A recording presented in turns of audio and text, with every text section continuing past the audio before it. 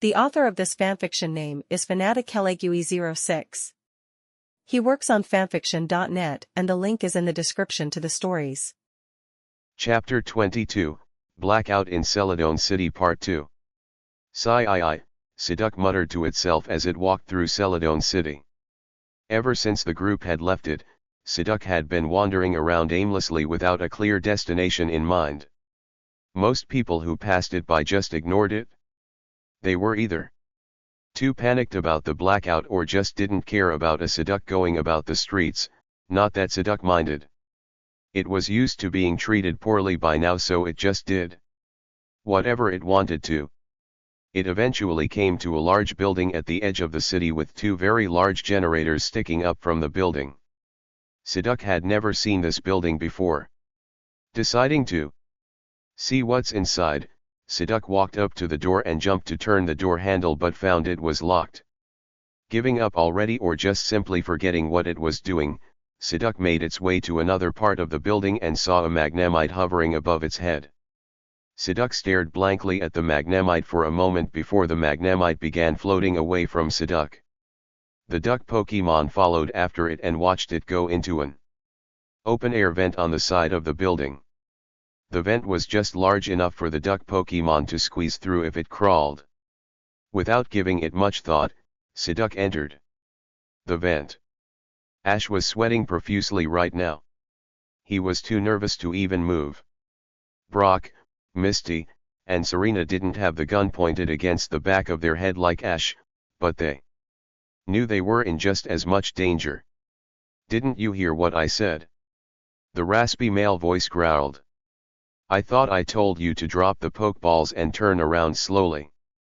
Seeing the dangerous look on the four Rocket members' faces in front of them, the group decided it was best to do what the voice said. They slowly put the pokeballs back on their belts and very slowly turned towards the owner of the voice with their hands raised in surrender. Once they were facing the other way, they discovered there was another person standing next to the man who was the apparent owner of the distinct, raspy voice. It was a young woman, and both had on black Team Rocket uniforms, but they seemed to hold an air of authority around them. The man had short green hair and brown eyes while the young woman had long golden hair that split into pigtails down her back and purple eyes. "Good," the man said in his distinct voice once the group did as they were told. The woman spoke next. "You four. Take their pokeballs, and be careful not to get shocked by that Pikachu. It doesn't look too good." "Yes, ma'am." The four grunts saluted before doing as they were told. They merely shoved Pikachu over to where they were since they couldn't pick it up at the moment before. Swiping all of the group's pokeballs and clipping them to their own belts. "Now that you have our pokeballs, could you please stop pointing the gun at my head?" Ash asked nervously with his arms still raised in surrender. "We will once we make sure you are completely helpless," the man responded. Who are you?" Serena asked nervously as well. The group had run into Team Rocket a few times by now and had never seen these Rocket members before. "If you'd like to know, we'll tell you," the woman responded. They then struck a pose. "Prepare for trouble and make it double," they both said before the woman started her line. "To infect the world with devastation. To blight all people in every nation. To denounce the goodness of truth and love. To extend our wrath to the stars above. Cassidy and Butch. We're Team Rocket circling the earth every day and night. Surrender to us now or you will surely lose the fight." "That's right." They both finished before the man pointed his gun at Ash's head again. The group was having a strange sense of déjà vu. There was another group of Team Rocket members that liked to introduce themselves with a motto, as well. "So Cassidy and Buzz?" Ash asked. "It's not Buzz, you little brat. It's Butch. Weren't you listening?" the man shouted angrily. Sorry. Ash apologized quickly. He realized this man still had a gun pointing at his head and thought it would be best not to upset him. "Humph. Whatever," the man grumbled as he quit shaking with rage. Anyway, you four are coming with us? Let's go. Cassidy ordered as she walked past the group and Rocket Grunts. The Rocket Grunts were next, followed by the group and Pikachu, with Butch bringing up the rear. So where are you taking us? Serena asked. You will see soon enough, little girl, Cassidy responded as they were being led down the corridor. It wasn't long until they reached the end of the hallway. Cassidy opened the door and allowed everyone to walk past her before going in herself. Inside of the room, the group was surprised to see a lot of people tied up. There were several adults that appeared to be workers for the power plant and about 4 other kids or teenagers that looked like Pokemon trainers, as well. The group's face lit up with realization. This is what happened to all of the missing trainers and why no one could be contacted at the power plant. They were all captured by Team Rocket. These crooks were behind everything. The group also noticed how weak and tired all of the workers and trainers looked. It seemed as though they were given the bare minimum to stay alive. Go sit against the wall with the other trainers. Cassidy barked. The group made their way over to the wall to sit down, and Ash sat next to an unknown trainer on his right with Serena on his left, followed by Misty on Serena's left and lastly Brock. Butch finally took his gun away from Ash's head once they were sitting against the wall. The 4 Rocket Grunts then went over to the group and began to tie them up with some spare rope that lay in the room.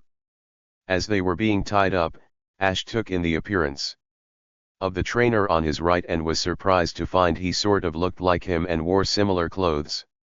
The boy had messy auburn hair covered by a blue and yellow hat. He wore a dark green, open, short-sleeve jacket over a green shirt with green and yellow pants. Ash also noticed that he was the only person tied up who didn't look on the verge of collapsing. He stared up defiantly at Team Rocket as they tied up the group. So this is what's happened to everyone, Ash commented. You crooks have been capturing anyone who comes to investigate the polluted water. That's right, Cassidy confirmed. She then noticed something. Hey, wait a second. You are a black-haired boy with a Pikachu outside of its Pokeball with 2 girls and another boy. Your name wouldn't happen to be Ash, would it? Yeah, it is. What of it? Ash retorted. We've heard a lot about you from those losers Jesse, James, and Meowth, Cassidy replied. They kept trying to tell the boss that his plans kept being ruined by this twerp with a Pikachu named Ash. The boss was furious. Yeah. Now they are on some heavy-duty punishment because they kept failing the boss. Butch said as they both began to laugh. The group could tell there was some rivalry between these Rocket members considering how they talked of the others. Finally the boss allowed us to lead this mission. I say we are doing a much better job than those 3 ever could. We even captured the oh-so-powerful Ash and his friends. Cassidy smirked in sarcasm. I don't get it. What do you guys hope to accomplish by stealing Celadon City's electricity? Ash asked. You're a curious one, aren't you? Butch smirked as he folded his arms. We have cut off the flow of electricity to Celadon City, and by using the help of the magnemite and magneton in this power plant, have been redirecting it back to our headquarters. We are using the electricity to have enough for the many things we are researching there. Cassidy said. Don't you realize that there are sick and injured Pokemon in the Pokemon Center who need that electricity? If they don't get the proper care they need, they could die. The boy beside Ash spoke up. And we should care why? Cassidy sneered. You're horrible. Serena yelled. We're Team Rocket, you silly girl. Do you expect us to be nice and care for weak Pokemon? Cassidy yelled back, making the girl shrink back under her intense glare. Once this city has been without electricity for a while, we will bring it under siege, Butch said evilly. Once we take over Celadon City, we will move this plan to the other cities around Kanto as well. Then we will take over those cities, and before long, the whole region will belong to Team Rocket. So that's your ultimate goal, Brock spoke in a low voice. Ha! You brats don't even know half of it. You four and those other trainers get front row seats to watch Team Rocket take over this region, Cassidy grinned evilly. Well, we'd love to stay and chat, but we have business to take care of, Butch said. That's right. If you keep quiet, we might even bring you some water later. Just keep in mind that it's dirty. Cassidy laughed. The two then exited the room followed by the grunts who were wearing rubber gloves while holding Pikachu. Wait. Don't take Pikachu. It's sick. Ash called out frantically. Quit whining, kid. We'll take real good care of your Pikachu, one of the rocket grunts replied as they shut the door. Pikachu! Ash hollered, but it was too late. They were gone, leaving the group alone with the other trainers and power plant workers. Ash shut his eyes tight. He couldn't believe Pikachu was just taken from him, and it was all his fault. Pikachu, Ash whispered before his head snapped up when the unknown boy beside him spoke. I'm sorry. It looks like you four were captured as well, the boy beside Ash said sadly. Yeah, Ash replied. How long have you been here? I've been here about 7 days, the boy answered. I managed to come up to the power plant after being chased by the groomer and moved through the sewers, but when I got up here, I saw that the Magnemite and Magneton were under some sort of spell. It was then I bumped into Team Rocket, and they tied me up here. You've been here 7 days? Misty exclaimed. Yes. I was the first trainer they captured. I've had nothing but bread and water since then. It's killing me on the inside, but I can't let them know I'm weakening, the boy said. So you said the Magnemite and Magneton in the Power Plant were under some sort of spell? Serena asked. That's right. They seem to have a dazed look in their eyes, so they are probably being controlled by a psychic Pokemon somewhere in the power plant, the boy responded. I see, Ash muttered before realizing they didn't even know the boy's name and should probably introduce himself. Oh, by the way, my name is Ash Ketchum. I'm Serena Gabina, Serena introduced. I'm Misty Waterflower, Misty added. I'm Brock Harrison, Brock finished. The boy nodded. It's nice to meet you guys, though I wish the circumstances were different. My name is Richie. Richie then added.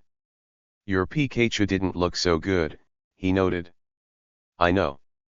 Pikachu is sick, and now it's with Team Rocket all because of me. If I hadn't let it come along, it would still be safe, Ash replied as tears began to come to his eyes. Richie nodded his head sympathetically. It's okay. Even though it was sick, I can tell you raised Pikachu really well. I have a Pikachu myself, so I would know. If I was a better trainer, Pikachu wouldn't be captured like us, Ash muttered in defeat. I'm sure it's because you're such a great trainer that Pikachu followed you, Richie told Ash. What do you mean? Ash asked. I think he means that since Pikachu cares so much about you, it wanted to make sure you were safe while investigating the sewers. That's why it came even though it was sick. Serena said, jumping in. Exactly.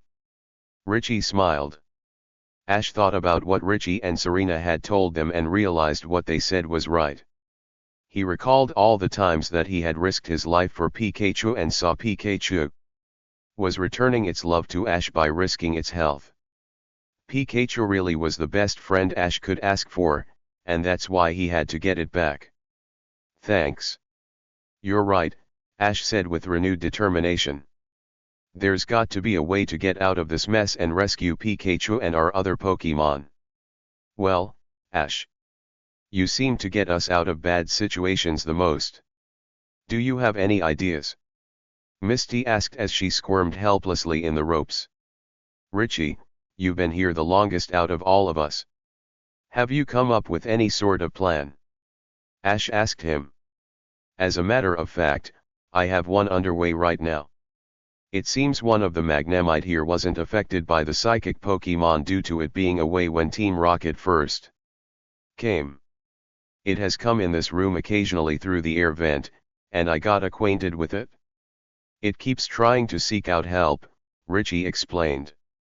Do you think that's the same Magnemite we saw in the sewers? Brock realized. It was by itself.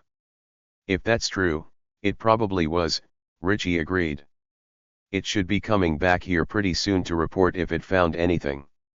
No sooner had he said this than Magnemite appeared from the air vent and floated in front of Richie. Magnemite? You're back. Have you found anything? Richie asked hopefully. The Magnemite said nothing as it turned back towards the air vent and looked up. The trainers followed its gaze and heard what sounded like crawling in the air vent. Someone was above the ceiling coming to rescue them. Way to go, Magnemite. Richie smiled. Who did you find?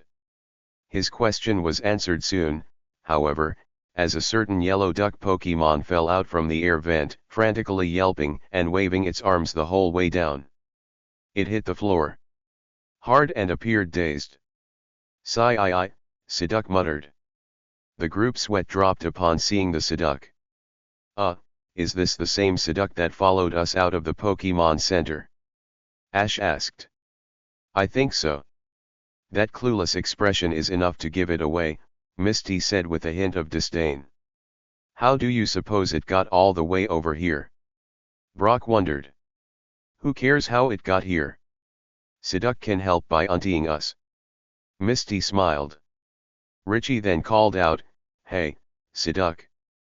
Do you think you can untie us from these ropes? Sigh.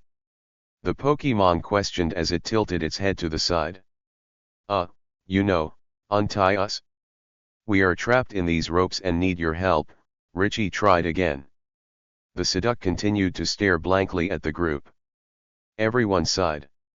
It looked like this duck couldn't even comprehend that they needed to be saved. However, Misty had enough and exploded. You stupid duck! Get that thick head of yours over here and untie us right now. Misty, stop. Yelling at Psyduck won't do us any good, Brock scolded. Besides, you don't want Team Rocket to hear us and take away our only chance at getting out of here, Ash added. Misty let out a huff but said nothing else. This Psyduck was really getting on her nerves. Oh, please. You have to help us, Psyduck. Serena pleaded. We've all been captured by an evil group and had our Pokemon taken away. If we don't get out of here, something terrible is going to happen to our Pokemon and the rest of the city. Sigh. Psyduck questioned as it directed its attention to Serena. Serena then felt tears come to her eyes. My best friend's Pikachu is sick and needs medical attention fast, but it can't get it with the power out like it is at the Pokemon Center. If you don't save us, it could end up in even worse shape. I can only imagine what will happen to my Charla and the rest of our Pokemon if they fell into the hands of Team Rocket.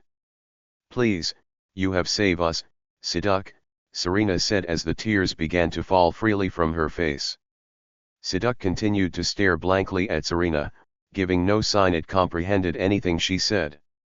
It's hopeless, Serena, Misty scoffed. That Psyduck is too dopey to understand anything. Then to her and everyone's surprise, Psyduck walked over to them and began to untie Serena. Oh, Psyduck. Thank you. Serena cried with delight. I don't know what you said to it to make it help us, Serena, but thanks, Ash complimented. I'm impressed as well, Richie commented. What do you know? Psyduck can listen to reason, after all. Maybe it's not as dopey as I originally thought, Misty said. It must have been the heartfelt words from Serena that were able to reach Psyduck, Brock reasoned. Her words were so genuine that even though Psyduck seems a little slow, it could really tell we were in trouble. Once Serena was untied, she went over to Ash and began to untie him while Psyduck went over to Brock. Next, Richie was untied, and finally Misty. Psyduck earned a glare from Misty that it waited to save her last, but it didn't seem to notice. "Thanks, Siduk. You really saved us," Richie said as he began to rub Siduk on the head. "Siduk," it said, giving Richie another blank expression. "So what should we do now?" Ash asked. "I'd say the best plan would be to locate our Pokemon first," Richie suggested. "That way if we run into Team Rocket again, we can fight back." "Good idea," Ash agreed. Misty turned back to the other semi-conscious trainers and power plant workers who were still tied up. "What about them?" she asked. "I hate to say it, but we may have to leave them here for right now," Ash replied. "They are too weak to even stand. We can save them once we take back the power plant." The group agreed that was the best course of action as they went to open the door. They were very lucky that it turned out to be unlocked. Ash entered the hallway first and slowly looked around to make sure the coast was clear. He then motioned for the rest of the group and Magnemite that it was safe, and they followed him. Siduk stood in a zoned out state for a moment before coming as well. "Richie, do you have any leads on where our Pokemon are being taken?" Ash whispered. "Your Pikachu has a cold, so sparks are flying from its cheeks, correct?" Richie asked. "That's right," Ash confirmed. "In that case, this Magnemite may be able to sense the strong electricity coming from your Pikachu," Richie reasoned. "Do you think you can help us, Magnemite?" "Magnemite," it replied. The group began to follow Magnemite down the corridor as they kept their eyes peeled for any Rocket members they could possibly run into. They were also trying to keep as quiet as possible. After a few minutes of walking, the group found out the power plant was becoming a maze. There seemed to only be a straight path as they were coming through the corridors. Originally. Now, it almost seemed to rival MT Moon as far as different pathways. They were really lucky they had a Magnemite who seemed to know where it was going. After a few more minutes, the group rounded a corner and spotted two Rocket members ahead of them with their backs turned.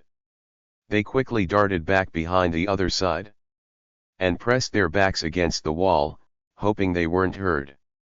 Luckily, it didn't seem they were. They decided to listen into what was being said. "Man, this stinks. I don't see why we have to guard the room that has all of the Pokemon in it. It's not like those trainers and workers can break free," one Rocket grunt grumbled. "You said it. I feel like we were given the short end of the stick while Cassidy, Biff, and other Rocket grunts get to actually conduct the activity at the power plant," the other whined. "So this is definitely the room where our Pokemon are being held," Ash whispered. "We just need to figure out how to get past these Rockets without our Pokemon," Brock whispered as well. It was then that Magnemite flew around the corner and revealed itself to the two Rocket grunts. "Hey! What do you think you are doing here, Magnemite? You should be in the generator room with the others. Is Drowsy taking a nap or something?" the first grunt said. Angrily. The Magnemite said nothing as it let loose a thunderbolt which shocked the grunts into unconsciousness. "Way to go, Magnemite," Richie cheered as they came around the corner and ran past the grunts to open the door but found it locked. "Darn it! Isn't there some way we can open this door?" Ash asked angrily as he began to tug on it. "Wait, Ash. One of these Rockets are bound to have the key with them. Let's search their uniforms," Richie suggested. The group then began to search any pockets that were on the Rockets' uniforms until at last Richie found the key. He unlocked the door as the group, Magnemite, and Siduk, filed into the room and looked around. The room was filled with the different trainers' Pokeballs. In the center of the room was Pikachu, who was also tied up. "Pikachu!" Ash cried happily as he went over to his buddy. To his surprise, Magnemite flew past Ash as well and began to circle around Pikachu affectionately once more, confirming it was the same Magnemite as the one in the sewers. Ignoring it for the time being, Ash quickly untied Pikachu. Once it was untied, it quickly leaped into Ash's arms and gave him a hug. Ash was shocked, but he didn't care as he embraced Pikachu back. "Oh, Pikachu. Thank goodness you're okay. I was so worried," he said as he looked down affectionately at his partner. "Pikachu, Pikachu cooed back." Serena watched the heartwarming scene with a smile on her face. Just seeing those two reunited once again was enough to make her happy. She then began to search for her own Pokeballs throughout the pile with the others. "Magnemite," Magnemite said as it floated around Pikachu with a dreamy expression on its face. "Thanks for leading us to the Pokemon, Magnemite," Ash said gratefully, but Magnemite paid Ash no mind as it continued to watch Pikachu closely. By that time, the group had recovered all of their Pokeballs while Serena walked over to Ash to give his back. "I believe these are yours, Ash," Serena smiled as she kindly handed Ash back his Pokeballs. "Thanks, Serena," Ash smiled back as he took them and clipped them to his belt. "You aren't going anywhere." An angry voice yelled behind everyone. They spun around to find Cassidy and Butch standing there in the doorway along with the two grunts who were guarding the door that Magnemite attacked, and they didn't look happy. "Oh no! It's Cassidy and Butcher!" Serena exclaimed. "A. The name is Butch. It's not Butcher." Butch shouted angrily as he pointed his index finger accusingly at Serena. "I don't know how you brats managed to escape, but if you know what's good for you, you will put those Pokeballs back down or else," Cassidy said dangerously. "I'm not giving you crooks my Pokemon ever again," Ash yelled. "Oh really?" Butch smirked as he withdrew a gun once again and pointed it at the group. "Are you sure about that?" Before the group could answer, they saw that Psyduck had wandered its way around the rockets and cried out, which distracted them. What is this Psyduck doing here?" Cassidy asked in confusion. Psyduck stared at Team Rocket blankly for a second before it unleashed a water gun from its mouth. Unfortunately, all that came up was a few trickles of water that landed a short distance in front of Evil Group. "How embarrassing," Cassidy deadpanned while everyone else in the room sweat dropped. That was one thing the two opposing groups agreed on. "Sigh. Psyduck said frantically as it stomped its webbed feet. It then rubbed the back of its head sheepishly and blushed. Team Rocket continued to stare at the Pokemon in disdain, but fortunately, it was enough distraction for Ash to run forward and tackle Butch to the ground, knocking the gun out of his hand. There was a mad dash towards the gun in the next minute as everyone in the room went after it. Finally, after much struggle, the one who ended up with the gun was none other than Pikachu. "Way to go, buddy!" Ash cheered. "Chuyu," it muttered weakly. Growling, "Now that they have the gun, what are we supposed to do, Cassidy?" Butch asked as he looked at Cassidy for ideas. "We still have our Pokemon." "Don't panic, Hutch," Cassidy said. "My name isn't Hutch," Butch screamed. "Go, Raticate," Cassidy said, ignoring Butch's outburst and releasing the evolved Rattata. "Go, Primeape," Butch yelled as an angry pig monkey Pokemon appeared from its Pokeball. "Whoa, a Primeape," Ash said as he and Serena pulled out their Pokédexes. Primeape, the pig monkey Pokemon and the evolved form of Mankey. "If you make eye contact with this Pokemon, it will chase you forever," the Pokédexes said. "Fine, let's do this. Go Bulbasaur," Ash yelled as he threw his ball forward. "Go, Oddish," Serena called. "Go, Geodude," Brock yelled. "Go, Staryu," Misty said. "Go, Sparky," Richie called as well. "Sparky?" Ash asked in confusion once another Pikachu appeared. "I give each of my Pokemon nicknames," Richie explained quickly. "We can talk more after we take care of these guys." Ash nodded as he prepared. The other two grunts had sent out their other Pokemon, which consisted of two Golbat. Raticate. Hyperfang. Cassidy ordered. Primeape. Use Karate Chop. Butch commanded as well. Both Pokemon leaped forward, but the group wasn't going to give them that advantage. Bulbasaur. Use Razor Leaf on Raticate. Ash called. Oddish. Use Stun Spore on Primeape. Serena hollered as well. Both Pokemon launched their respective attacks. Bulbasaur kept Raticate at bay with its Razor Leaf, while the Oddish Stun Spore was able to halt Primeape in its tracks. Meanwhile, Misty and Brock were taking care of the Golbat. Seeing how Team Rocket's Pokemon were losing, Richie decided to pitch in. Alright, Sparky. Use Thunder Shock. Pikachu. Sparky yelled as it began to shock all of Team Rocket's Pokemon. Ash's Pikachu decided to join in as well despite being unwell and let loose a Thunder Shock at the evil group. The combined efforts were too much for Team Rocket's Pokemon to take as they fell to the ground, unconscious. I can't believe this. This is insane. Cassidy said in disbelief as she and the other Rockets returned their Pokemon. Let's get back to the generator room quickly. Butch urged as he and the others bolted from the room. You guys aren't getting away. Ash yelled as the group, Magnemite and Psyduck ran after them. After chasing Team Rocket for a while, they were led to a large room with two large generators in the center. Between the two generators was a tapir-like Pokemon. The top part of its body yellow and the bottom part brown. It had tired-looking eyes. It was a Drowsy. It had several wires attached to its head while the other ends were attached to a machine of some sort. Also in the room were many Magnemite and Magneton who were constantly using their electricity on the generator. So this is how you've been manipulating the electricity, Ash scowled. You've been using Drowsy to control those Pokemon. Exactly. Now it's time we taught you a lesson. Attack, Drowsy. Cassidy ordered. We can handle this. Bulbasaur. Razor Leaf. Ash ordered.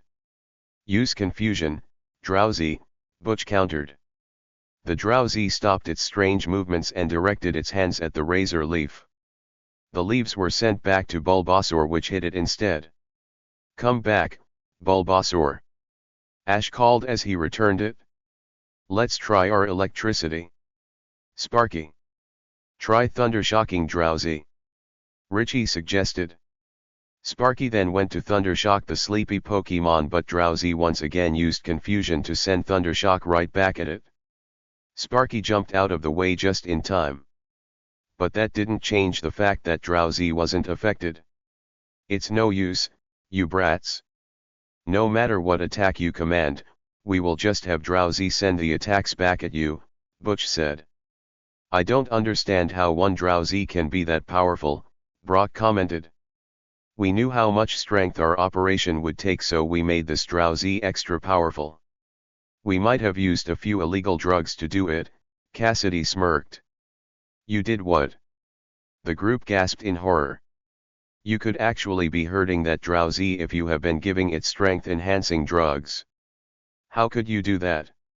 Misty exclaimed. Hush, little girl. Pokemon are nothing more than tools used to meet our ends. We don't care about the health of any Pokemon. Cassidy retorted. That's terrible. That poor Drowsy, Serena said with tears in her eyes as she watched Drowsy continue to control the Magnemite and Magneton. She and the others couldn't help but feel sorry for it despite it being their enemy right now. Enough. Cassidy yelled. It's time we took care of you brats once and for all. Drowsy. Use the strongest psychic attack you can muster on them. Drowsy then seemed to be concentrating very hard as it was building up incredible psychic energy. The group stood at a loss, not knowing what to do. Any attack they gave to Drowsy would just end up redirected back at them. It was then to everyone's surprise that Psyduck stepped in front of everyone once again. This annoying thing again, Cassidy said in disgust. Drowsy, attack that Psyduck instead. Get rid of that useless Pokemon. Drowsy then blasted a psychic attack which hit Psyduck head on. The duck Pokemon was blasted off its feet and sent flying several yards back. The group cringed and stared worriedly as they watched. It was true that Psyduck was annoying, but they didn't wish harm upon it. Now use confusion on it, Drowsy. Butch ordered. Psyduck then was enveloped in a blue light as it began to struggle violently in an effort to get free, but Drowsy's confusion was too strong. Sigh. Psyduck cried out in pain as it struggled and started holding its head in a death grip. Psyduck looks to be in a lot of pain right now, Misty said worriedly until she noticed something odd about it. Psyduck closed its eyes for a second and opened them back up to reveal they were now glowing blue. It was also wearing a serious expression on its face. What's going on with Psyduck? Ash asked as they watched. Psyduck pointed its arms at Drowsy and unleashed a massive burst of psychic energy from its hands, completely catching Drowsy and everyone else off guard. The waves blasted into Drowsy, which knocked it against the wall. Then Psyduck pointed its arms at the machine Drowsy was using to control the Pokemon. It let loose another blast of psychic energy which destroyed the machine and caused it to blow apart. WHWH, what the heck is going on? Butch cried out in anger as he and the other Rocket members saw what happened. Ash and the rest of the group were quite impressed. They didn't know Psyduck ever had this kind of power. They were wondering what could have caused it. Psyduck then pointed its arms at the Team Rocket members and enveloped them in a blue aura. It then slammed them into the wall, which caused them to slump down, clearly knocked out. Whoa, Ash muttered as he and the rest of the group turned to Psyduck to see its eyes return to normal as it held its head again. Sigh, it said in a clueless manner as if nothing significant had just happened. Psyduck actually saved us a second time, Misty said in amazement. The group then looked up and saw the Magnemite and Magneton were floating around aimlessly now that the machine had been destroyed. So what do we do now? Serena asked. We've got to find a way to get the electricity running back to Celadon City. The group noticed Richie had then run over the generators and opened one of the breakers. They went over to watch to see what he was doing. I'm a little savvy when it comes to electrical equipment, Richie told them. I just need to find the correct switch and that may be able to get the power flow back to Celadon City. After searching for a few more moments, he spoke up. Oh, here it is. Sparky, can you jumpstart these wires for me while I flip the switch? Ash, you wouldn't mind if I used your Pikachu, either, would you? Oh, no I wouldn't, Ash said as Sparky and Pikachu walked over to where Richie was standing. Richie then attached some wires from the generator to Sparky and Pikachu's cheeks. Okay, go ahead, he said as he flipped one of the switches in the breaker as the Pokemon let loose their thunder shocks. That should do it, Richie said, but we won't know for certain until we are back outside. We should get out of here and go get the police, Ash suggested as the group turned to leave, but something stopped them, a horrible smell. Do you guys smell that? Ash asked as he pinched his nose. It can't be what I think it is. They are supposed to be in the sewers. Misty cried out as she held her nose, as well. They must have seeped their way into the power plant. Brock exclaimed. Sure enough, about 5 seconds later, the group's fears were confirmed as a horde of groomer began piling into the room with Mook bringing up the rear. They could never seem to catch a break. Don't you Pokemon realize you are polluting the water here? Ash exclaimed. It's making life very hard for the people here. Please, you have to leave. The sludge Pokemon paid him no mind as they continued to stare angrily at the group. It doesn't look like they will listen to reason, Brock muttered. And they are blocking our exit. Serena cried. Maybe Psyduck can help us again, Misty suggested. She then turned to the duck Pokemon. Okay, Psyduck. Use those awesome psychic attacks we just saw you use. Psyduck nodded its head and turned to stare at the groomer and Mook. It began concentrating really hard. It looked like it was going to unleash a really powerful psychic attack, but all that happened was absolutely nothing. Psyduck got a questioning look on its face as the group fell over in disbelief. So much for Psyduck being the hero again. This dimwit duck doesn't even remember how to use its own attacks. Misty shouted. Sigh, Psyduck said sheepishly while it blushed in embarrassment. We've got no choice but to fight our way through. Ash said as he grit his teeth. Charmander. I choose you. Go, Charla.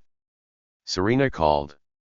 As soon as the two fire lizards were released from their balls, Charla went over to Ash's Charmander and began to hug it while the other Pokémon blushed. Charla was such a romanticist. Charla. Focus on the battle.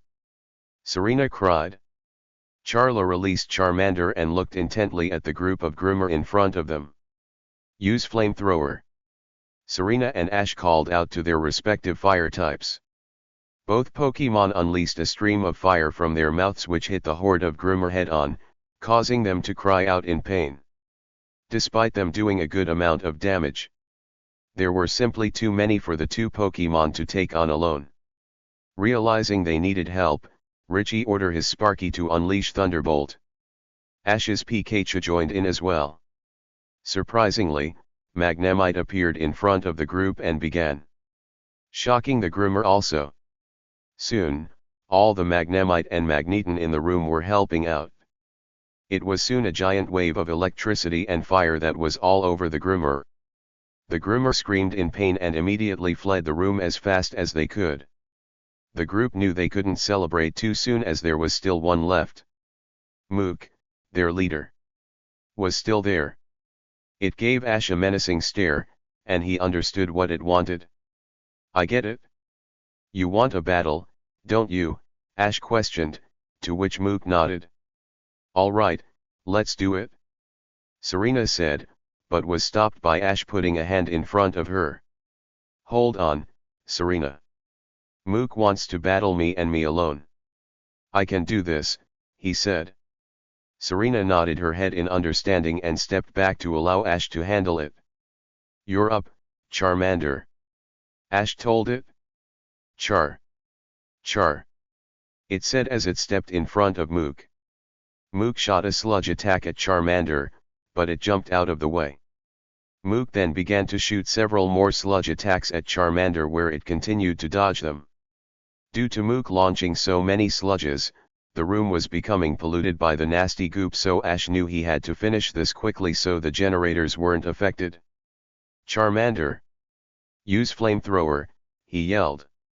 Charmander took a deep breath and shot red-hot fire from its mouth which hit Mook dead in the center.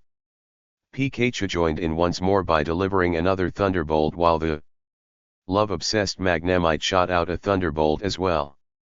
The combined attacks jetted straight back at Mook and struck it dead on. Mook was engulfed in the wave of attacks and yelled in pain. It then slumped to the ground in exhaustion. Ash knew exactly how he would handle the Mook leader. He was going to capture it. Ash turned his hat backwards as he took out a spare Pokeball. Pokeball, go! He yelled as he threw it forward. The ball connected with the defeated Mook and sucked it inside the Pokeball. It shook back and forth and until it dinged to show Mook was successfully caught. All right. I caught a Mook. Ash cheered as he picked up the ball and showed it to everyone. Pi Pikachu. Pikachu said as it held two fingers above its head. Charmander smiled as it mimicked Pikachu's movements. Hey, Pikachu. You look much better. Ash smiled down once he noticed his rodent friend didn't have a weak expression anymore. Chew. It said happily. I bet all Pikachu needed to do was release some excess electricity, Brock said. That's great, Pikachu. Ash exclaimed. He then noticed Mook's Pokeball disappear from his hands. Ash knew that since his limit of 6 Pokemon had been reached, It was being transferred to Professor Oak's lab where it would be kept safe. He smiled a little bit as he thought of what kind of expression Professor Oak would have once he saw Ash captured a mook of all things. Pikachu then went over to Magnemite to thank it for his help, but Magnemite didn't appear interested and instead floated away from Pikachu. Chew. Pikachu questioned. What's going on with Magnemite? Serena asked. Just a second ago it was infatuated with Pikachu. It must be because Pikachu is no longer sparking its cheeks, Brock said. While Pikachu had a cold, it was electrically charged, but now that isn't, Magnemite has no interest in Pikachu. Ah, I see, Ash said. Pikachu then went over to Sparky to shake hands with it so they could be properly introduced. Ash and Richie smiled at the scene. Well, it seems our Pikachu are hitting it off quite well, Ash said. Sure does, Richie agreed while nodding his head. Thanks a lot, Richie. We never could have gotten out of this mess without your help, Ash thanked. I should be thanking you guys. All of you are excellent trainers. There is no way I could take care of Team Rocket on my own. Richie praised. Speaking of Team Rocket, Serena said as she turned towards Cassidy, Butch, and the rest of the knocked out grunts, what about them? Oh yeah. We need to hurry and go get the police and let them know about Team Rocket and the captured trainers and power plant workers. Ash remembered. I say we tie up these Rocket members in case they wake up while we go get the police, Brock suggested. Once they finished tying up Team Rocket, they ran out the door with Magnemite leading them to the exit. The other Magnemite and Magneton went back to their original assigned duties at the power plant since Drowsy could no longer control them. As they left, they saw other Rocket grunts sprawled out on the floor covered in sludge. It looked like the Groomer and Mook had taken care of any remaining Rocket members, so at least they did some good while they were here.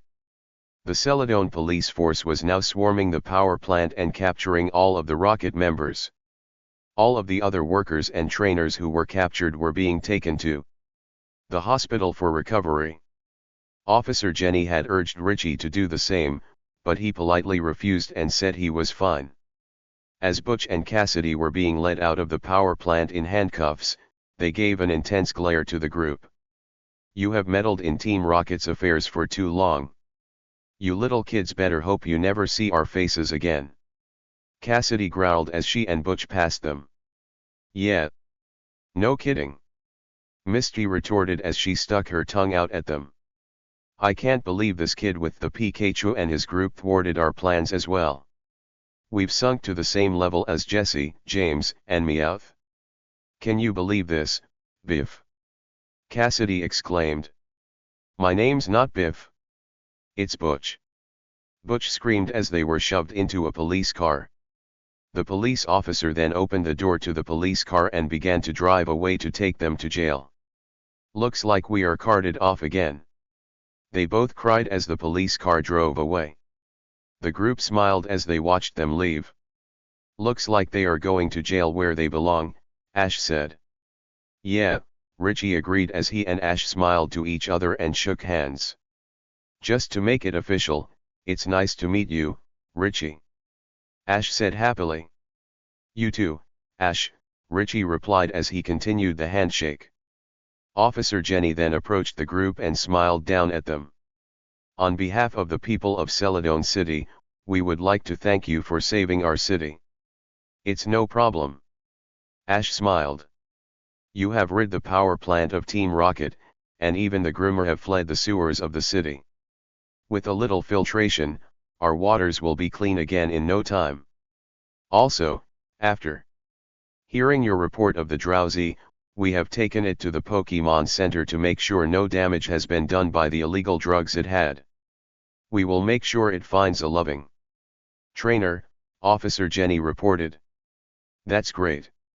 Serena and Misty exclaimed as they clapped their hands in excitement. It must be because you captured the leader that made the groomer leave, Brock informed Ash. Yeah, Ash smiled back. We can't thank you enough for everything. Officer Jenny praised. I know of a way you can repay us. Brock yelled as he took Officer Jenny's hand. We can have a nice romantic dinner. What? Officer Jenny asked, clearly confused. Misty reached out and pulled Brock away by ear. Officer Jenny just got done dealing with one problem in the city. She doesn't need another one so soon, she said irritably. Not the ear, Brock muttered. Well, anyway. The police force and I wish all of you the best of luck in all your endeavors, Officer Jenny said as she saluted. Thank you. The group replied. With that, Officer Jenny left the scene. Hey guys. I hate to be the one to bring this up, but after not eating anything big for 7 days, I'm pretty hungry. Why don't we get some supper? It's on me. Richie suggested. Really? That sounds great. Thanks a lot, Richie. Ash exclaimed, perking up at the mention of food. Everyone laughed. If there was one way to grab Ash's attention, it was always food. Well, let's go. I know of great place. Richie said as the group left the power plant. Unbeknownst to them, Siduk was watching them silently from behind. It then waddled after the group to follow them. Meanwhile at Professor Oak's lab, the elderly professor had just began making his supper of tofu when he heard one of the machines going off in the other room. Curious to what it was, Professor Oak went to investigate and saw that a pokeball was being transferred to his system. The machine indicated it had come from Ash Ketchum. Oh, so Ash has sent me a pokeball, I see. I can't wait to see what Pokemon is inside, Professor Oak said eagerly as the pokeball finished transferring. Professor Oak grabbed the pokeball and opened it to reveal none other than Mook inside. Muyuyuck. Mook said once it was released from the pokeball. Oh my! Professor Oak exclaimed as he held his nose because of the horrible smell. What would Ash be doing sending me a Mook? Yuck! A dark man was sitting in his big chair waiting impatiently for the report he was to receive earlier as he rubbed the head of his Persian. Cassidy and Butch were supposed to make another report to him about the status of the mission over 2 hours ago. Why on earth have they not reported to me yet? The man thought. Last I heard, Celadon City had gone into a total blackout, and they were directing the electricity to our base. His thoughts were interrupted by a knock on the door to his office. Sir. I have a very urgent message. The voice on the other end of the door cried. Come in, the dark man said as a rocket grunt entered and bowed. This had better be good news, but judging by the grunt's expression, it didn't look like it. Sir. I hate to report that our plan to take over Celadon City has been ruined, the grunt reported nervously. What? The rocket boss exploded as he pounded his fist on the desk, which startled the Persian and caused it to hiss. Tell me what happened immediately. The rocket grunt shrank back from the rocket boss's intimidating glare but found the courage to speak again. Well, Cassidy, Hutch, and all the rocket grunts have been arrested and taken to jail. They were beaten pretty badly by a group of trainers. They even caused the groomer to leave the city. Whom were these trainers who caused their failure?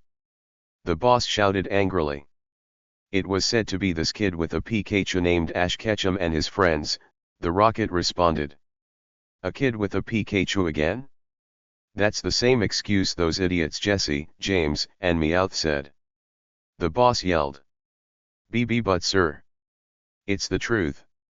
The grunt stuttered. The dark man stared intently at the rocket grunt who was sweating bullets and determined he was telling the truth. You said this boy is named Ash Ketchum, correct? He asked. That's right, the black-clothed man confirmed. Thank you, the boss responded. You may go. The rocket grunt saluted before leaving the room, which left the rocket boss alone again with his Persian. So this Ash Ketchum has bested even Cassidy and Butch. It will not do if this child keeps meddling in our affairs, the rocket boss mused to himself as he folded his hands underneath his chin. He then pressed a button on the intercom on his desk before speaking into it. "Professor Namba." The dark man barked. "What is it, sir?" The scratchy, nasally voice of Professor Namba responded back. "I want you to take some researchers, and find out everything you can about this boy named Ash Ketchum. I would like to know more about him," the rocket boss ordered. "Yes, sir." Professor Namba immediately replied. "It will be done." The rocket boss once more leaned back in his chair and resumed rubbing his Persian's head. There was an evil grin on his face. Chapter 23, The Sensational Celadon Gym. Once the group had their supper with Richie, they had learned a lot about him. It turned out that he and Ash had a lot in common. They both had a strong love for Pokemon and a desire to be a Pokemon master. He was even traveling around Kanto at the moment collecting the gym badges to enter the Pokemon League. Unlike the other rivals the group had met so far on their journey, who were arrogant or just plain mean, they actually got along very well with Richie. It was a nice change of pace to have a possible friendly rivalry rather than a hateful one. "Wow! That was the best food I've had in a while," Ash said in delight as he patted his stomach as the group left the restaurant. "You sure do know how to pick your restaurants, Richie." "Yeah. Celadon City is known to have some of the best food around. I enjoy camping, but it is nice to eat out every now and then once I come to a city," Richie smiled. "So Richie, since you are collecting badges like Ash, have you challenged the Celadon gym leader yet?" Serena asked him. "Yes. I did right before the incident with the power plant and water happened," Richie replied. "I was on my way to leave the city when I heard about it. I felt I just couldn't leave. When I knew the city was in a crisis, so I went to investigate." "Sounds like someone else I know. Ash can't seem to leave problems alone, either," Misty smirked as she gave a knowing look to Ash. "Ha ha ha," Ash laughed sarcastically, even though he knew Misty meant it in a good way. "So have you challenged the gym leader here yet, Ash?" Richie asked. "We just arrived here this morning, so I haven't had a chance to. I was planning to go tomorrow," Ash responded. "Hey, Ash. If it's okay, would you mind if I watched your gym battle? I really enjoy watching how others battle and would like to see the bond you have with your Pokemon," Richie said. "That would be great," Ash said enthusiastically. Serena smiled as she watched the two. She was very happy Ash had found a male rival that he could get along with. It was almost like he and Richie were twins in almost every category, with the exception of Richie having better table manners. Despite how nice Richie was, he still wasn't the boy who was kind enough to drop everything at summer camp to help her. She will always have her eyes on Ash no matter how many other nice boys she met. "Well, we should probably head back to the Pokemon Center since it's nighttime. I could definitely use a good night's sleep after a day like today," Brock spoke up. "Yeah. You coming with us, Richie?" Ash asked. "You bet, Ash," Richie replied as they began to head in the direction of the Pokemon Center. Behind the group, a certain duck Pokemon was still following them from a distance. It was now the next day, and the group was on their way to Celadon Gym to challenge Erica, the gym leader, for a rainbow badge. It turned out that Ash didn't get the rest he had hoped for when challenging a gym leader because he was too busy talking to Richie last night. They had talked about all sorts of things such as what their favorite Pokemon was, what their childhood was like, and so on. Ash could say Richie was the coolest guy he had met recently. They were almost just alike. Despite Ash was a little tired today, he didn't let that deter him from getting a badge. Ash was pumped for his battle against the Celadon gym leader. If he could win, he would be halfway to the Pokemon League. He would be completing a milestone today in his journey, so he had to win. He had already heard that Erica used grass-type Pokemon, so that gave him a slight advantage, so he could decide which Pokemon he could use. Charmander and Pidgeotto would no doubt be the best choices as they had an advantage over grass-type Pokémon, but he also knew that both Pokémon liked a huge challenge. It was with this in mind he decided against using them in his upcoming battle. He could use Bulbasaur in this battle since there would be no advantage or disadvantage. Krabby had never had a gym battle before, and was a water type, but it had proved quite capable when it came to dealing with grass types, so it might not be a bad idea to use, either. Ash also knew Squirtle was a tough battle but had yet to see how it fared against types it had a weakness, too. Then of course, there was his best bud, Pikachu. It had won all 3 gym battles for him so far, so doubt it could do well here despite the disadvantage against grass types, or he could call Professor Oak and use his newly captured Mook. Decisions. Well, here is the gym, Richie announced once the group arrived. The group took in the gym's appearance and thought it looked like a giant shop more than anything. There were all kinds of bottles of perfume adorning the windows. As the group was about to enter the gym, they noticed an older man kept peeking into the different windows. They stopped and gave him a questioning look. The man noticed their gaze and gave a mischievous smile. "Heh, this gym is great," he said. "It's full of beautiful women." Serena and Misty rolled their eyes at this comment, thinking this man was some kind of pervert. They then gave a sideways glance at Brock as he looked offended by the look they were giving him. "Hey, I love beautiful women, but I'm no peeping Tom," Brock said defensively. "Whatever," Misty replied as the group entered the gym. As soon as they entered, they were met with the strong smell of various perfumes in the gym. There were even more types of perfumes in here. "I guess I forgot to mention that the gym leader Erica makes perfume on the side.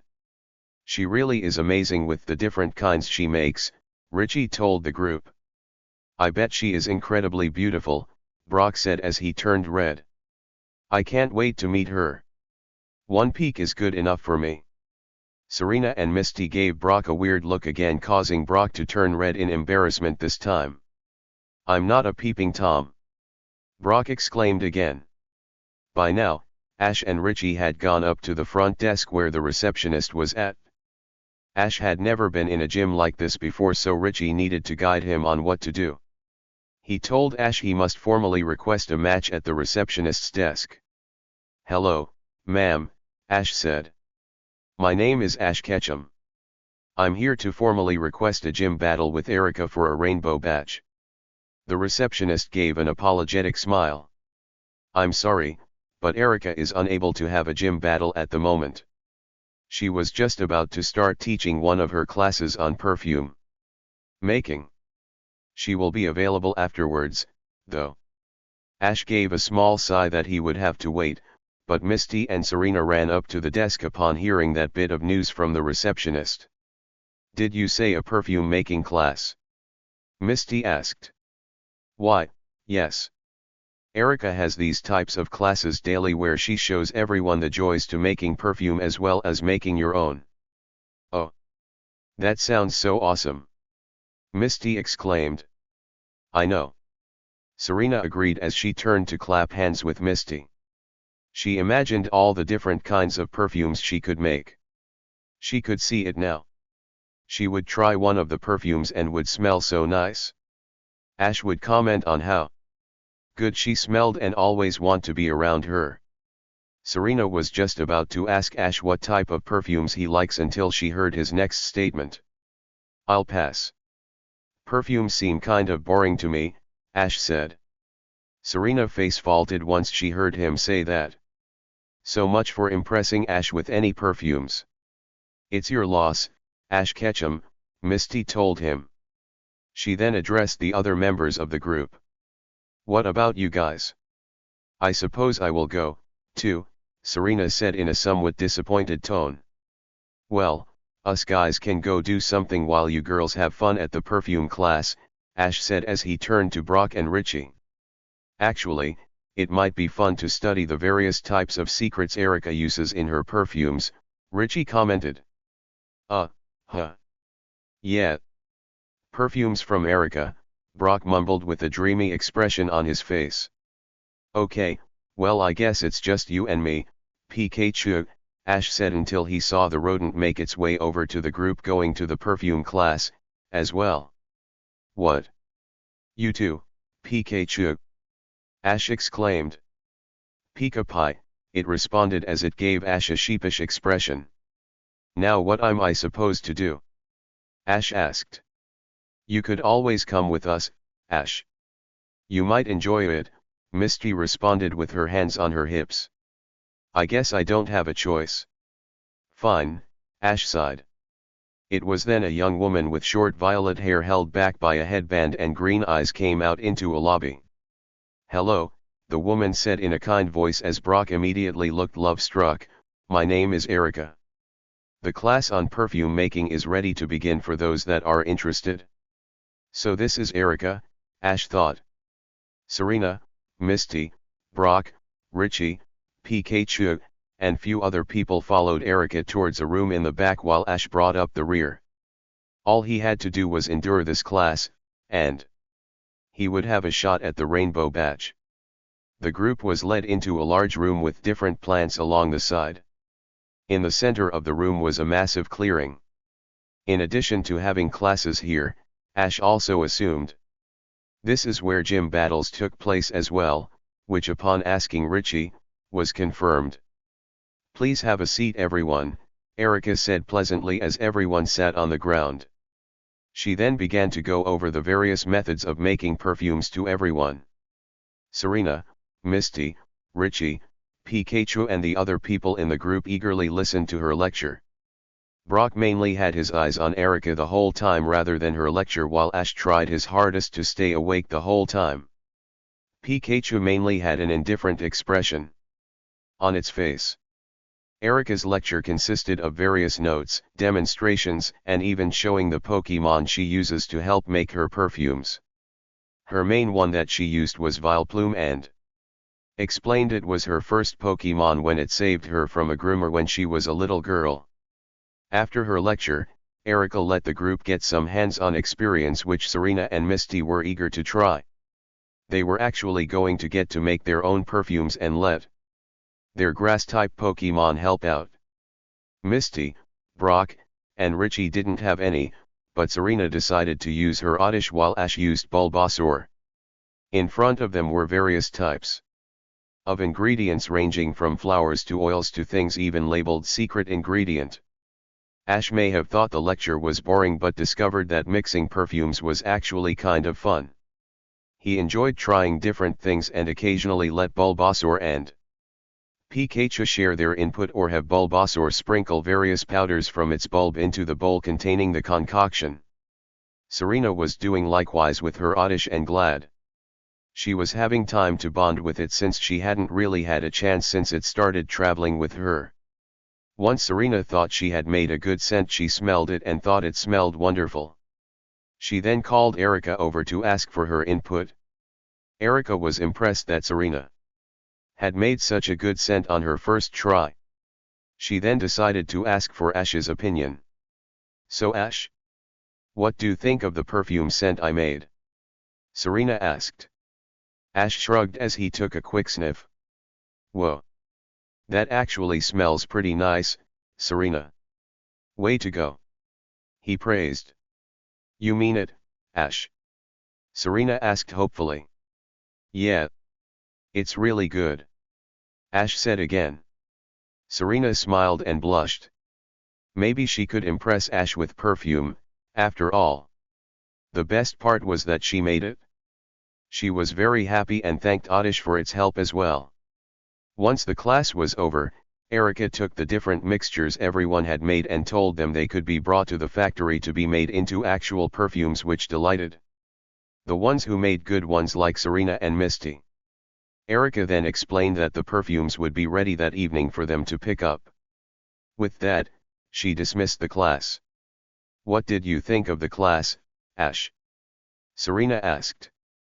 Actually, it was a lot better than I thought it would be. Ash answered truthfully. The lecture was boring, but mixing different types of ingredients to make perfumes was fun. See, Ash. It wasn't so bad, after all, was it? Misty asked. Ash nodded his head, but now that the class was over, he wanted to do what he came here to do in the first place. He wanted to challenge Erica for the rainbow badge. He saw that she was gathering her things that she had used for a lecture. Not knowing if he would get a chance later, he decided to go ahead and ask. He hoped he wasn't being rude. Excuse me, Erica. Ash asked as he approached her. Oh, yes. How can I help you? Erica asked, giving him a kind smile which caused Brock to heat up from a distance. My name is Ash Ketchum from Pallet Town. I'm on a journey to be the best Pokemon master and have come to challenge you for a rainbow badge, he said. Oh. Ash Ketchum. You must be one of the people who saved our city. As the gym leader, allow me to thank you personally. Erica said with a smile and a bow. Thanks. I'm just glad I could help. Ash responded as he brought his hand to the back of his head. Very well, Ash. I will be pleased to have a match with you. Give me some time to prepare, and I will meet you back here in 20 minutes, Erica replied. Great. Thank you. Ash smiled. It was now time for Ash to have his fourth gym battle. He had some time to think about which Pokemon he was going to use. After giving it some thought, Ash had decided to use Krabby, Bulbasaur, and Pikachu for this battle. He was now standing on the opposite side of Erica with a judge between the two of them. Serena, Misty, Brock, and Richie were watching from the sidelines. This will be an official match between the gym leader, Erica, and Ash Ketchum from Pallet Town with the rainbow badge at stake. It will be a 3-on-3 match with only the challenger allowed to make substitutions. There will no time limit. Begin. The judge shouted. Go Tangela! Erica shouted as she threw her ball to reveal a Pokemon completely covered in bluish-green vines. In short, it looked like a walking ball of noodles. A Tangela, huh? Ash said as he scanned it with his Pokédex. Tangela, the vine Pokemon. Blue vines cloak this Pokemon's identity in a tangled mass. It ensnares anything that gets too close, the Pokédex spoke. In that case, I will choose Krabby. Ash said as he threw his Pokeball forward. Ash is going to use Krabby in this gym. It's never had a real battle, and it's a water type. Misty said in confusion. Hold on, Misty. We'll see what Ash is up to, Brock replied. I haven't known Ash long, but he cares a lot about Pokemon, and he wouldn't use Krabby unless he thought it could win, Richie commented. Come on, Ash. Serena thought as she brought her hands to her face and blushed. Ash trained his Pokemon so hard and hoped that training would pay off. You are going to use a water type? That's very bold of you, Erica commented. Yeah. Krabby and I have a few tricks up our sleeve, don't we, Krabby? Ash asked, receiving a confirmation from Krabby. Very well, but I shall not lose easily, Erica replied. Tangela, use Vine Whip to grab Krabby. Tangela shot out a few of its many vines, but Ash was ready. Go, Krabby. Snap all of those vines with your pincers. Ash shouted. Just like it had against Bulbasaur, Krabby began snapping the vines with great precision which rendered the Vine Whip useless. That's impressive. Erica smiled. But try this. Use a leech seed, Tangela.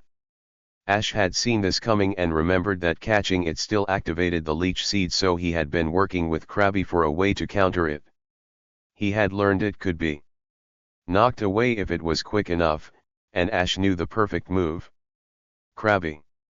Use Crab Hammer to knock the leech seed back towards Tangela. Ash called. Krabby charged up its large pincers and swung it right at the small seed sailing towards. The leech seed was successfully reciprocated and sent right back towards Tangela. Tangela was deeply surprised, and therefore didn't dodge the attack. Instead, the leech seed landed on Tangela, which caused even more vines to wrap around the vine Pokemon and suck its energy instead. That was great, Krabby. Now you stomp! Ash yelled. Krabby leaped high into the air and prepared to land on Tangela, but Erica wasn't giving in that easily. Tangela! Use Stun Spore! Shouted Erica. Despite its energy being depleted, Tangela began emitting brown powder from all over, which hit Krabby in midair. Krabby immediately began to feel the effects of the attack and had to halt its stomp because of the pain. It instead landed ungracefully onto the ground quite hard. Krabby! Are you okay? Ash asked frantically. Krabby tried to respond but was unable to. It was struggling to even stand right now due to the stun spore. Ash made a bad decision by getting Krabby into the air, Brock said grimly. He got overconfident and that left Krabby wide open for an attack. Now that Krabby is paralyzed, go in for a slam attack, Tangela. Erica told it. Tangela obeyed as it ran forward despite the leech seed and collided with Krabby very hard. The river crab Pokemon was sent flying backwards onto the ground. It then struggled to try and get back up but was having a very difficult time. There has got to be a way to get that stun spore off of it, Ash thought. He then thought back to his battle with Misty at Cerulean Gym whenever Storie had faced Butterfree. The Storie was always able to wash off the powders in the pool. There were no pools in this gym, but Krabby was still a water-type Pokemon. He knew what he could do. Krabby! Use Water Pulse on yourself! Ash hollered. Krabby turned upward, and with some effort, managed to shoot several balls of water into the air. They then fell down and began to completely drench Krabby. Once it was finished, Krabby shook itself several times and looked as good as new. The stun spore had been washed off. Ah, that was smart to have Krabby use Water Pulse on itself to wash off the powder, Brock acknowledged. I'm impressed, too. Ash is really good, Richie agreed. He learned that trick from me, Misty smirked. Krabby looked and saw Tangela was charging in for another slam attack, but Ash wasn't going to let that happen. Krabby! Use Vice Grip to grab Tangela! Ash yelled. Krabby got its pincers ready and grabbed Tangela as soon as it rammed into it. It then became a fierce battle of each Pokemon trying to push the other back in a game of strength. Each trainer was encouraging their Pokemon to not give up. Erica gave a smile. Your Krabby is busy using its pincers, but Tangela still has several vines to use. Tangela! Use Vine Whip! Not so fast! Ash said back. Krabby! Use Bubble Beam! Both Pokemon launched their attacks at the same time, but Krabby was slightly faster shooting out its bubbles than Tangela was its vines. The Bubble Beam made a direct hit right in Tangela's face. Even though the attack didn't do much damage, the very close proximity at which it hit left Tangela dazed just long enough for Ash to get another attack in. Now, lift Tangela above your head and send it flying. Ash commanded. Krabby lifted Tangela high into the air and flung it as hard as it could across the room. The vine Pokemon soared through the air and hit the ground a short distance in front of Erica. The leech seed sucked energy from Tangela one last time, and it was down for the count. Tangela is unable to battle. The victor is Krabby. The judge said, pointing in Krabby's direction. All right. You did it, Krabby. I knew you could do it. Ash praised. Kokae kokae. Krabby responded with a smile as it clicked its pincers. It looked quite pleased that it won its first real match. Wow! Krabby actually pulled it off, Misty said in surprise. Yeah. Ash wasn't lying when he said he and Krabby had a few tricks up their sleeves. Krabby did a really good job, Brock agreed. Serena watched Ash congratulate Krabby as a blush appeared on her face. Ash is such a good battler, and he always finds a way to overcome the odds. He's so amazing. She thought. Erica sadly returned Tangela to its pokeball and gave it a sad smile. Thank you for your hard battling, Tangela. Take a good rest, she told it. Erica then smiled at Ash. You overcame the type disadvantage with your Krabby and pulled off a victory. That was impressive. Thanks, Erica. Ash smiled. Let's see if you can handle my next Pokemon. Erica said as she pulled out another Pokeball. Go, Victreebel.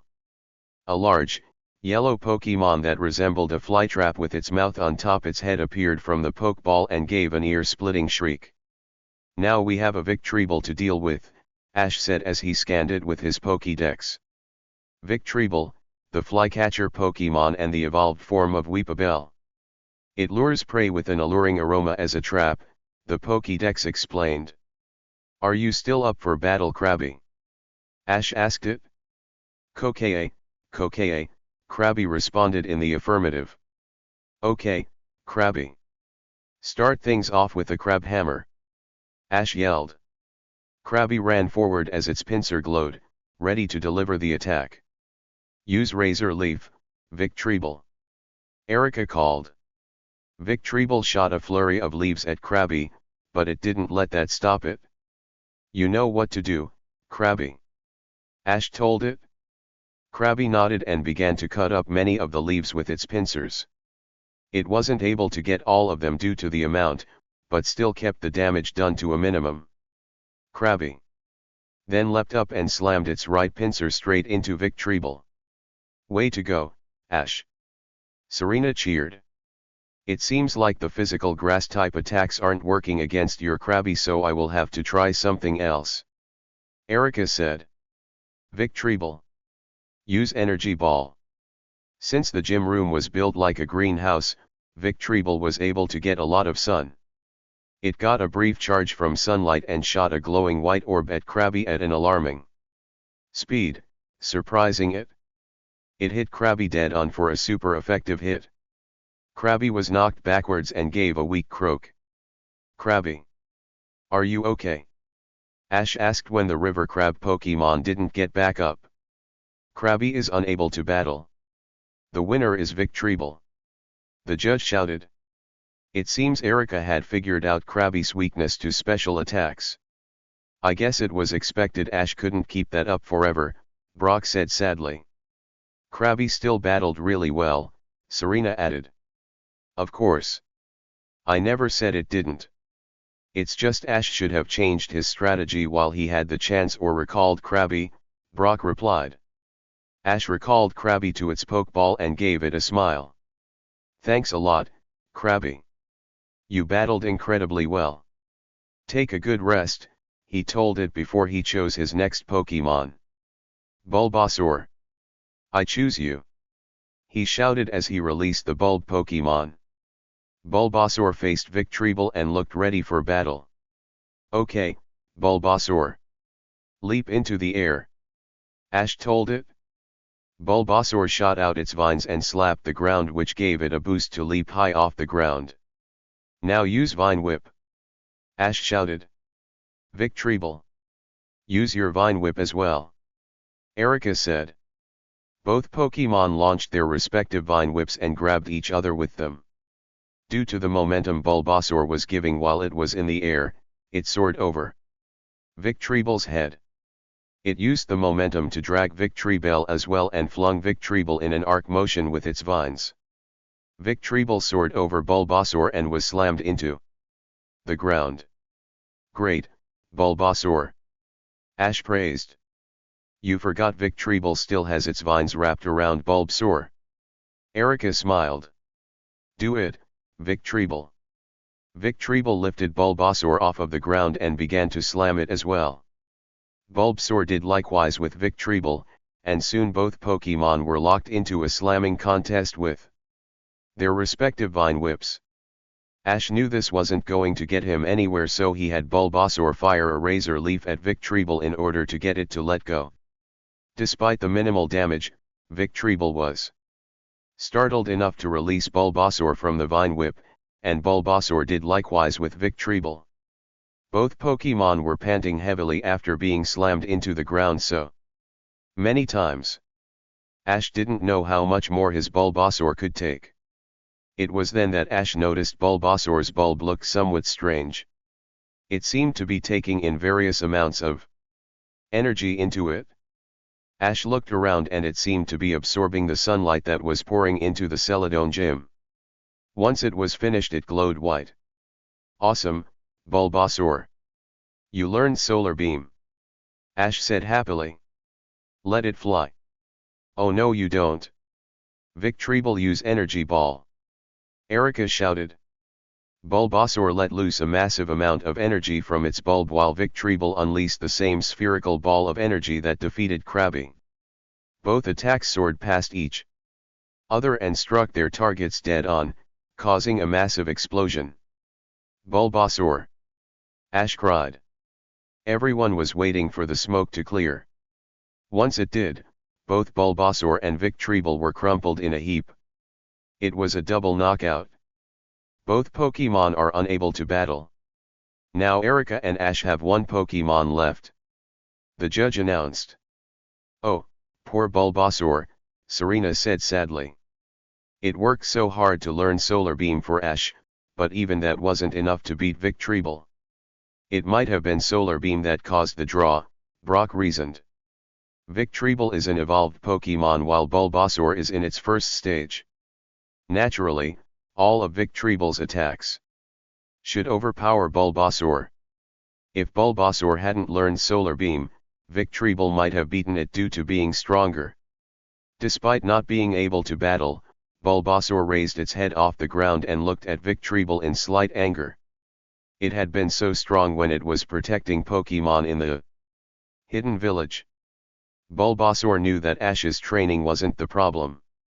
It was itself. Pokémon just seemed to have to evolve in order to get stronger, but Bulbasaur didn't want to be that way.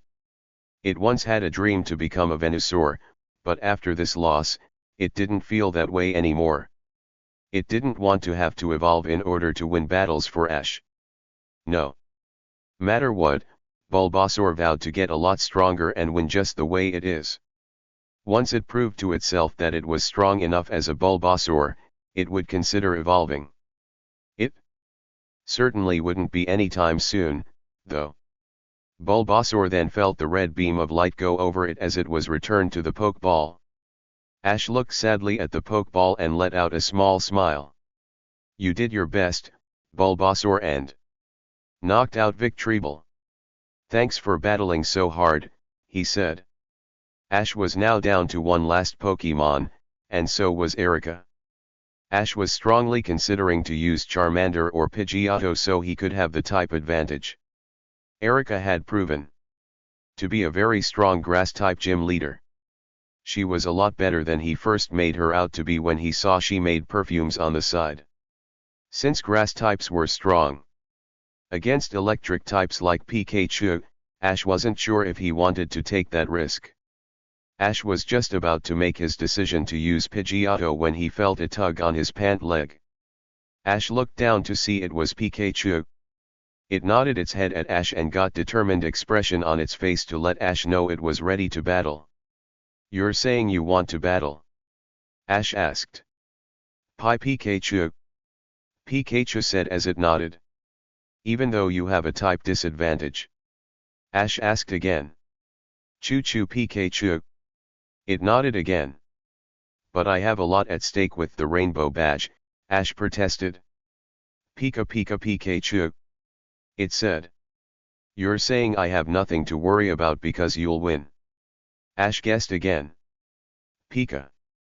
Pikachu replied. Ash thought about Pikachu's words and realized it was right.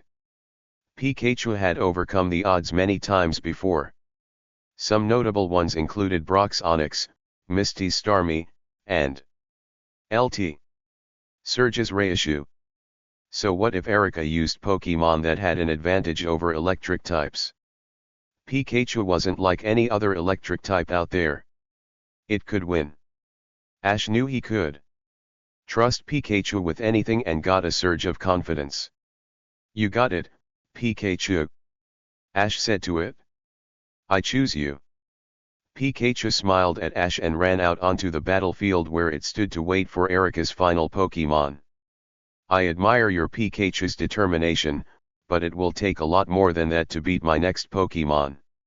It happens to be my very first Pokemon and the one that saved me a long time ago. Vileplume. I choose you. Erika shouted as she threw the Pokeball. Vileplume was revealed to be a blue Pokemon with rudimentary hands and feet with a huge red flower on top of its head. Are you ready, Pikachu? Ash asked it. Pika-Pie.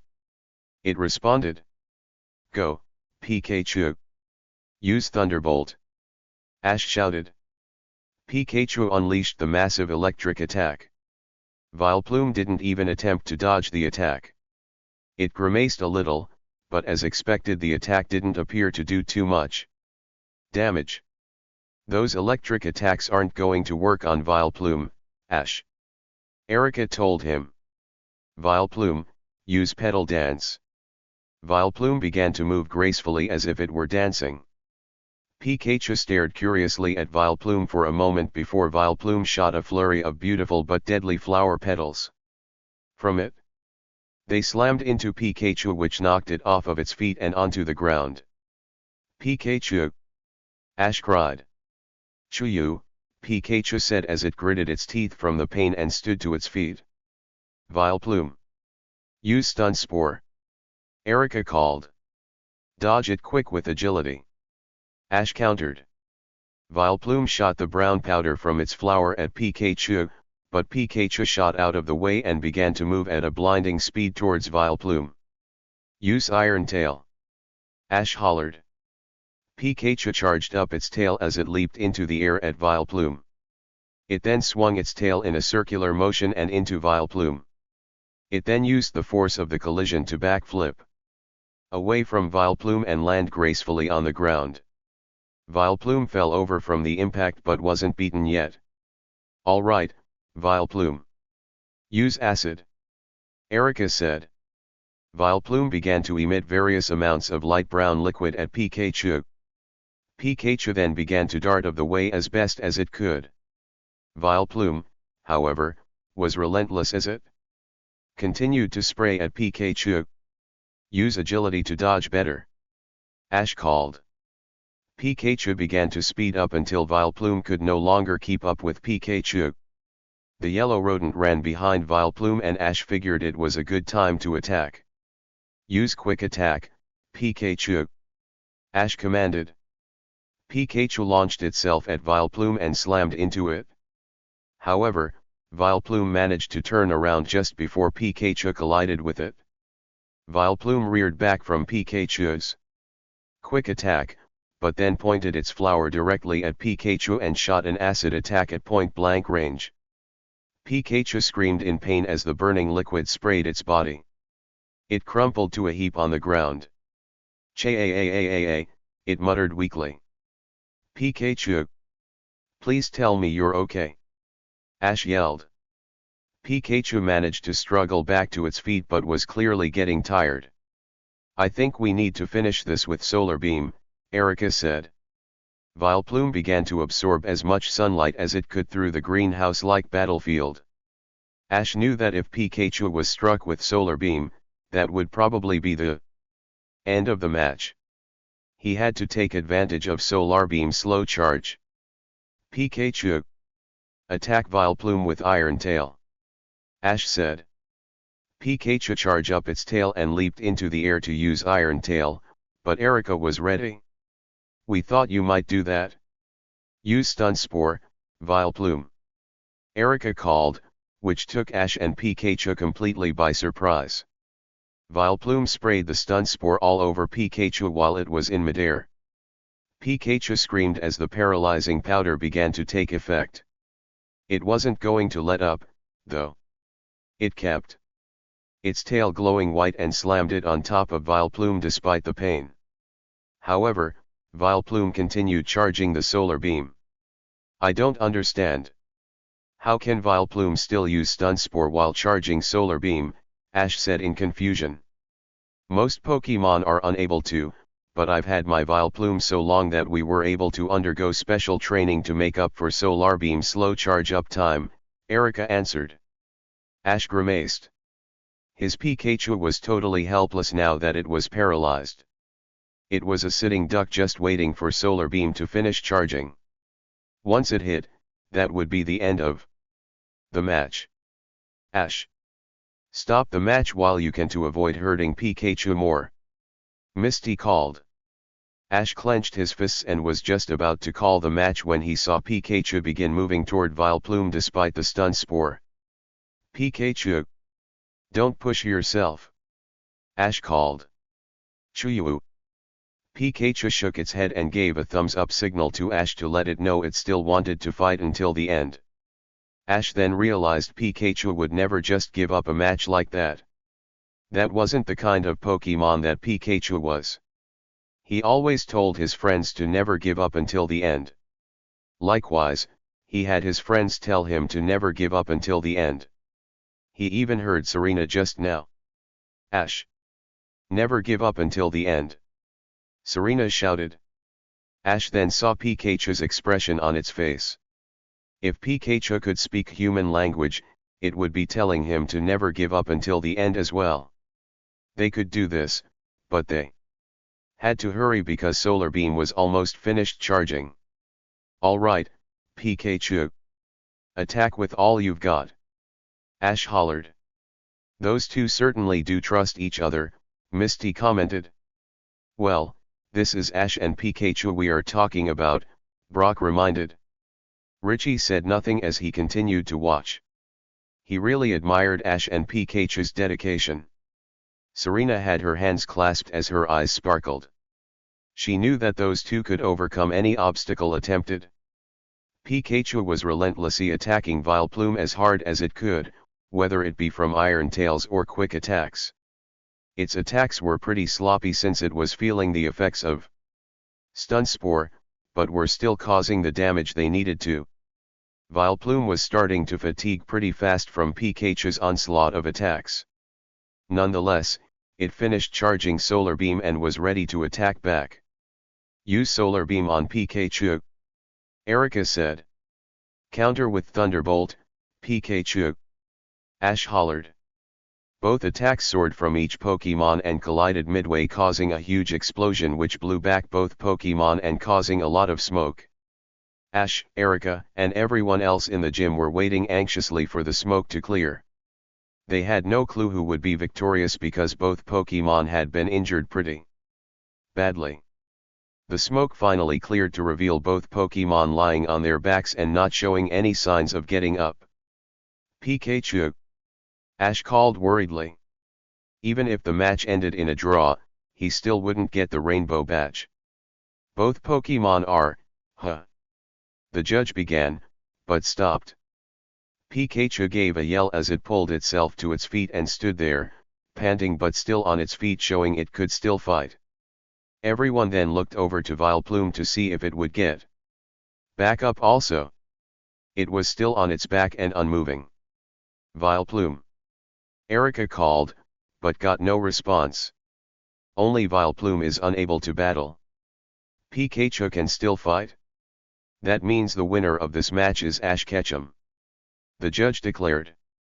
Ash stood in shock. This had been one of his closest battles yet. Despite incredible odds, his Pikachu had once again overcome them. Ash's face broke out into a wide grin. All right, Pikachu. Ash cheered as he ran forward to hug his Pokemon, but made sure to be gentle because it was still under the effects of Stun Spore.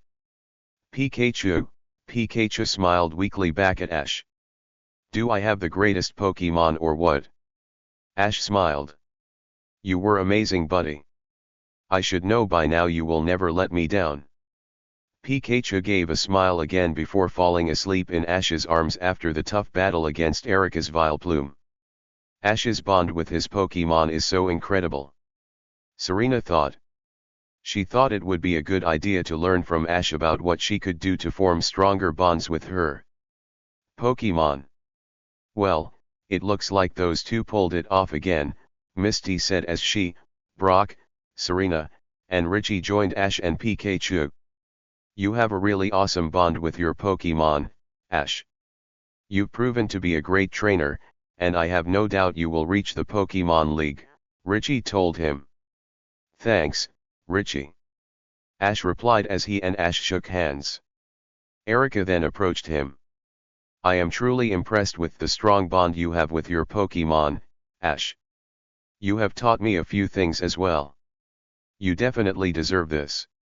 Rainbow badge, Erica praised as she handed Ash a flower-shaped badge of many colors. Thanks, Erica.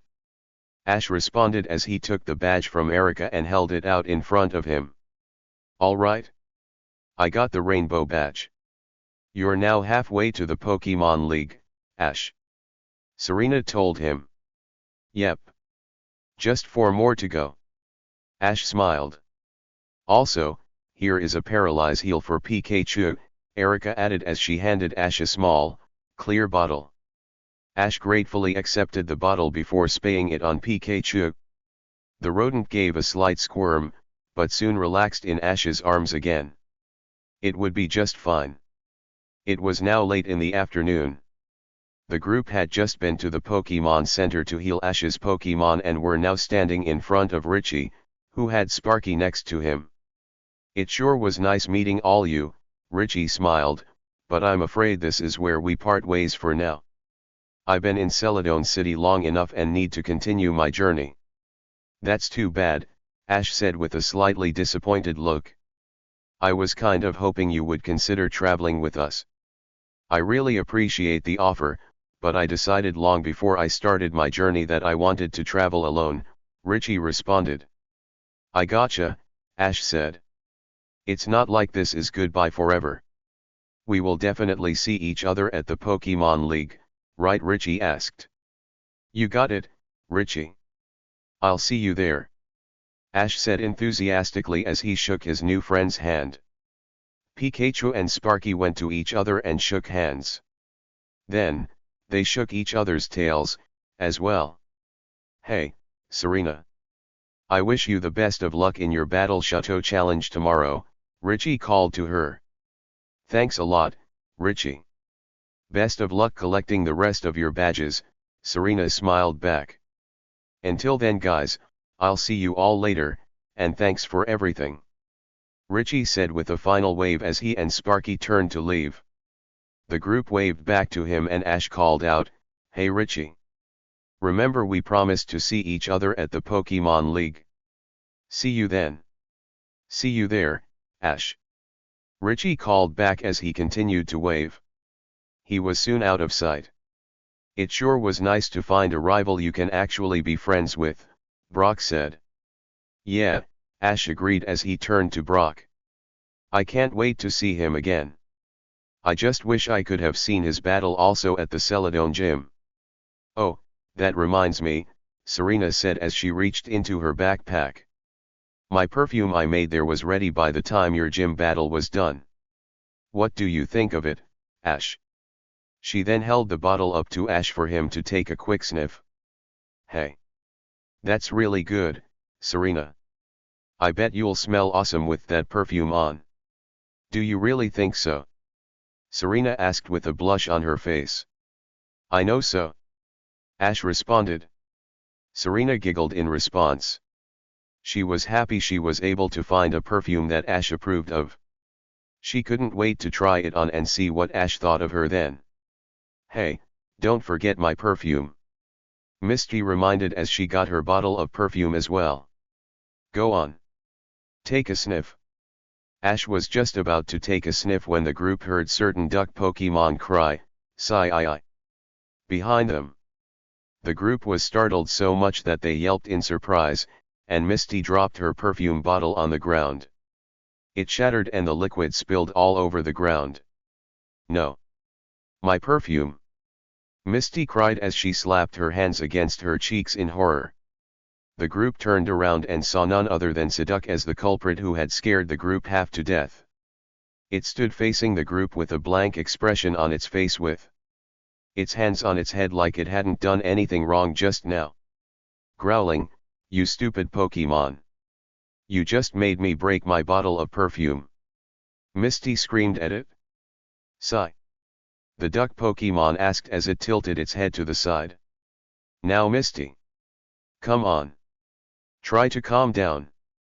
Remember, it did save our lives twice back at the power plant," Brock said soothingly. Misty began taking several deep breaths as she tried to resist the urge to scream again. "Fine. Let's just go," Misty declared with a huff as she quickly turned on her heel to hurry off. Unfortunately, in her haste, Misty tripped over a rock and fell to the ground, which caused a few Pokeballs to unclip from her belt. The balls then rolled forward in front of Psyduck. Psyduck looked curiously at the Pokeballs for a second before pressing the button on one of them with its beak and allowed itself to be sucked into the Pokeball. The Pokeball immediately dinged to signify the capture, since Psyduck didn't struggle at all. Misty screamed. "Now that thing is inside one of my Pokeballs." "Well, what do you know, Misty?" Ash asked in an amused tone. "It looks like you accidentally captured Psyduck." "Congratulations," Brock said. "Don't congratulate me," Misty whined. "Now I have to be the trainer of this dimwit duck." "I'm sure it can't be that bad, Misty," Serena said as she pulled out her Pokédex to get some more information of Psyduck. "Psyduck constantly suffers from a headache," the Pokédex's monotonous voice said. "You mean to tell me this thing always has a headache?" Misty yelled in disbelief as she looked at her Pokeball containing Psyduck in anger. He, that's pretty funny, I mean bad," Ash corrected once he saw the intense glare Misty gave him. "Ugh. Now I'm the one with the headache," Misty complained as she grabbed her head in frustration. The group couldn't help but be amused at Misty's predicament. It was true Psyduck was pretty annoying, but it deserved the love of a good trainer just like any other Pokemon. They knew that even though Misty seemed extremely annoyed and angry right now, that she was the right trainer for Psyduck. Maybe it was just how opposite they were that made them seem to click. The group had no doubt they would be annoyed by Psyduck's antics from now on, but it had saved their lives twice so far, and that was good enough for them. It would receive the same amount of love that all of their other Pokemon received. "Welcome to the team, Psyduck," Ash, Serena, and Brock said happily to the Pokeball. The Pokeball wiggled a little in response. "Gah!" Misty screamed in annoyance one last time. Chapter 24, an eventful day. It was late in the evening now at the Pokemon Center, and the group had just eaten their supper. Misty was in a sullen mood the entire time since Psyduck was now her Pokemon. Nurse Joy was rather amused when she found out the Psyduck she had taken care of for so long decided to join Misty. When Misty practically begged Nurse Joy to take Psyduck back, Nurse Joy politely told Misty that it was better off with a real trainer. Of course, Misty wasn't heartless enough to just release Psyduck back into the wild, either. In short, Misty was stuck with it. "I still can't believe that thing entered my Pokeball without my permission," Misty mumbled. "Oh come on, Misty.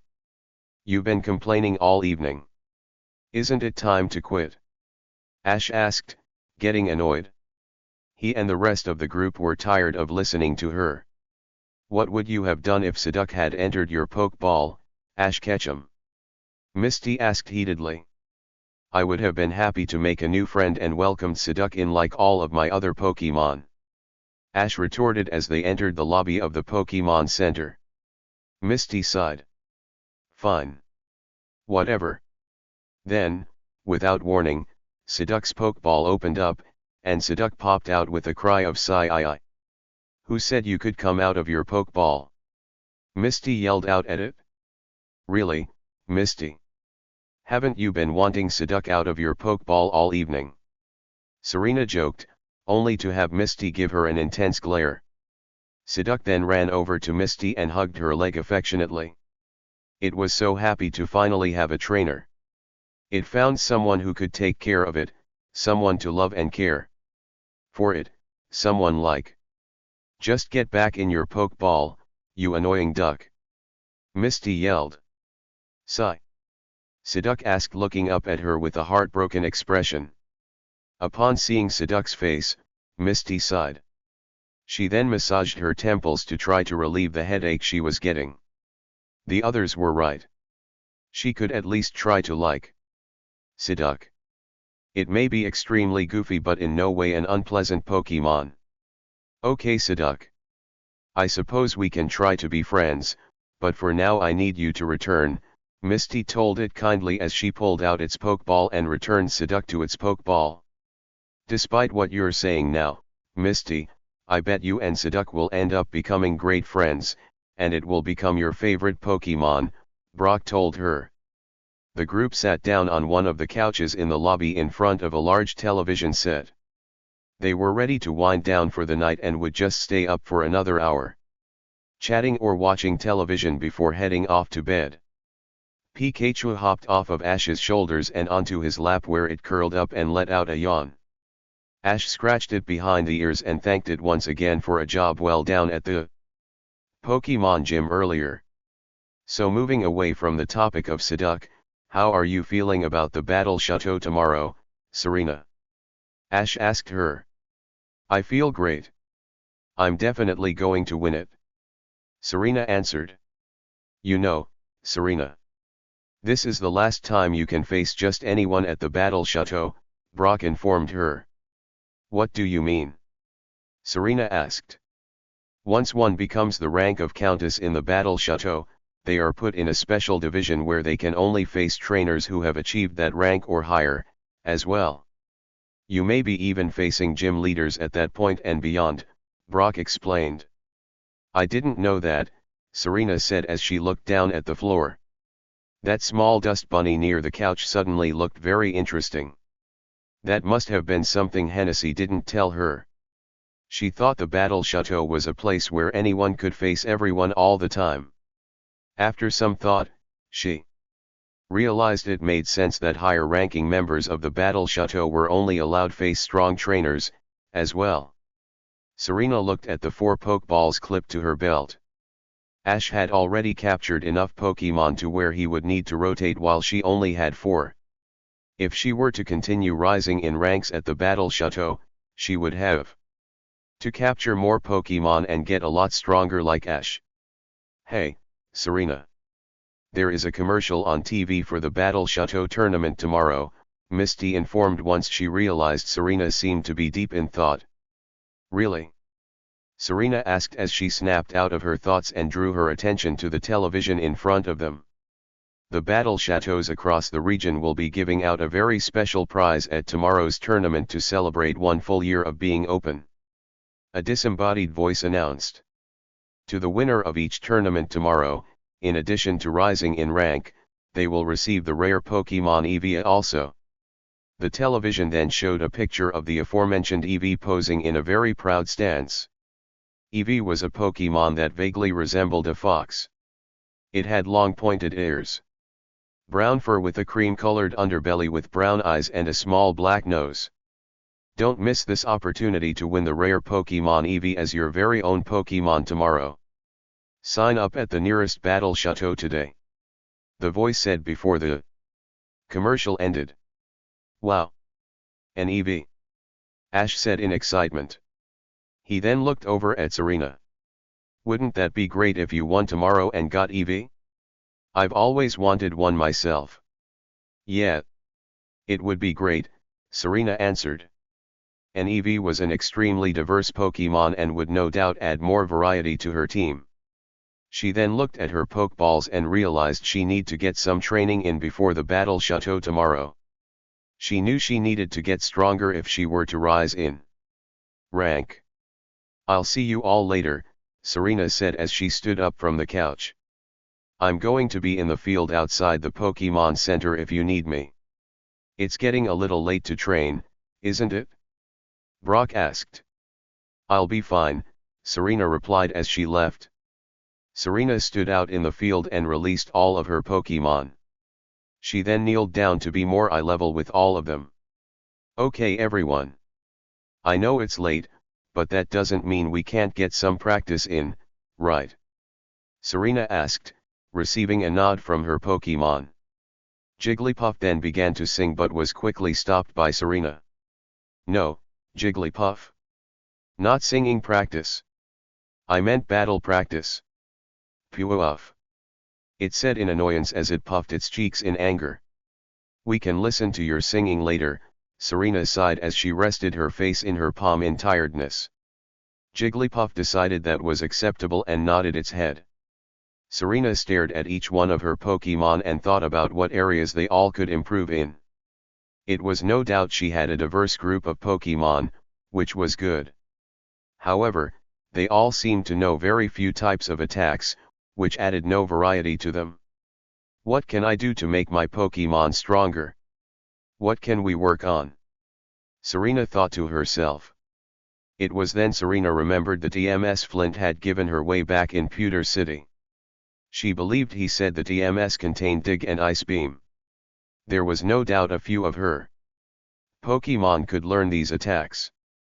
After reaching into her backpack, Serena pulled out the machines and looked at them thoughtfully. Her Pokemon stared up at her expectantly. Who do I want to teach these moves to? There is no doubt they will only help my Pokemon.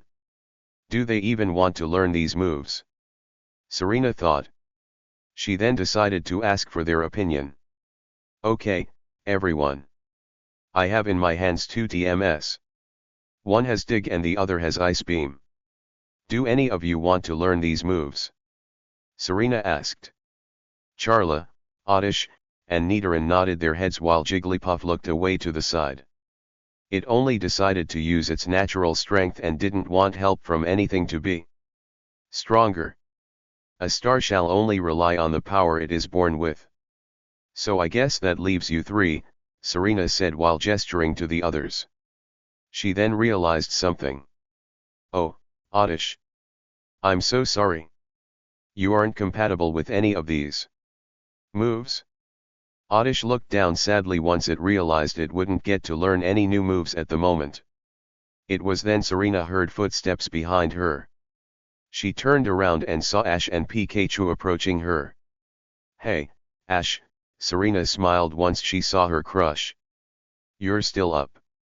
Yeah, Ash replied. Pikachu and I decided to come out here and see how you were doing. You seem to have a lot on your mind. I do, Serena confirmed. I've realized I need to love and train my Pokemon a lot harder than I have been doing. I see the incredible bond you have with your Pokemon. Especially Pikachu, and wish I could have that bond with my Pokemon, as well. There is no doubt I love them and they love me, but our relationship doesn't seem to be on the same level as some other trainers. I think you have a great relationship with all of your Pokemon, Serena, Ash told her. I've seen you bond with every single Pokemon you have so far. If you don't believe me, I'll tell you right now. Charla loves fashion and shopping just as much as you do. Nidoran shares your love of good food. Jigglypuff never would have overcome its singing problem if it wasn't for your help, and Oddish was a sad and sick Pokemon until it met you and decided you were the loving trainer it needed. All of your Pokemon came with you by choice. If you weren't a good Pokemon trainer, they would not have chosen you out of me, Brock, and Misty. Serena looked at Ash in surprise. She did at least share something in common or have some sort of bond with each of her Pokemon. He was right. She then looked at her Pokemon and saw them nod their heads. Her Pokemon chose her as their trainer by choice. Thank you, Ash, Serena smiled as she blushed. I really needed to hear that. Anything for you, Serena, Ash said as he and Pikachu gave her a thumbs up. Ash then noticed the two TMS in Serena's hands. So I see you have decided to use the TMS Flint gave you now. Yes, I am, Serena replied. Jigglypuff doesn't want one, but I feel terrible because Oddish isn't compatible with any of the TMS I have right now. In that case, you can use the one I got at the Celadon gym, Ash said as he pulled a TM from his backpack. Erica gave it to me right before we left the gym and said it contained Giga Drain. That's really nice of you, Ash, but that's your TM. You should use it on one of your Pokemon, Serena told him. I had offered it to Bulbasaur, but it refused to take it for some reason. Like Jigglypuff, it seemed to only want to win with moves it could learn naturally, but I think it goes deeper than that, Ash replied. Hey, Bulbasaur. Guess what? I just got this really new TM from Erica that contains the move Giga Drain. Isn't that great? Ash asked excitedly as he held up the TM for Bulbasaur to see. Soar, the Pokemon muttered as it turned to the side and looked away from its trainer. There was no way it was going to accept help from anything until it could get stronger on its own. Bulbasaur? You don't want to learn Giga Drain? Ash questioned with a look of confusion. Is everything okay? Bulbasaur turned to Ash and gave a sigh. It began making various gestures and sounds to give Ash an idea of how it felt. Once it finished, Ash got a look of understanding on his face. He knelt down and rubbed Bulbasaur on the head. Don't say that about yourself, Bulbasaur. You are an outstanding Pokemon. There is no other Bulbasaur in the entire world, since the beginning until the end of time, that I would rather have than you. I'm proud to be the trainer of a Pokemon like you. I'll tell you what, once we leave Celadon City, we can focus on training with types of Pokemon who have an advantage over you. Charla and Charmander would be ideal, as well as Pidgeotto. Serena's Oddish can help as well, so you can focus on getting an advantage on Pokemon of the same type as you, Ash offered. Bulbasaur. The plant dinosaur said happily before leaping into Ash's lap. When we are done training, you will be the strongest Bulbasaur in existence. Ash told it while Pikachu nodded as well. It seemed Bulbasaur had made the right choice to come with Ash, after all. Everything Pikachu told it back at Melanie's cabin was true. It couldn't wait to start the special training. Ash mentioned. It felt a lot better about itself after telling its problem to Ash. I see. That is really sweet of you to train Bulbasaur like that, Serena replied while she placed her hands behind her back. So it's really okay that you are giving me this TM to use on Oddish? Serena asked.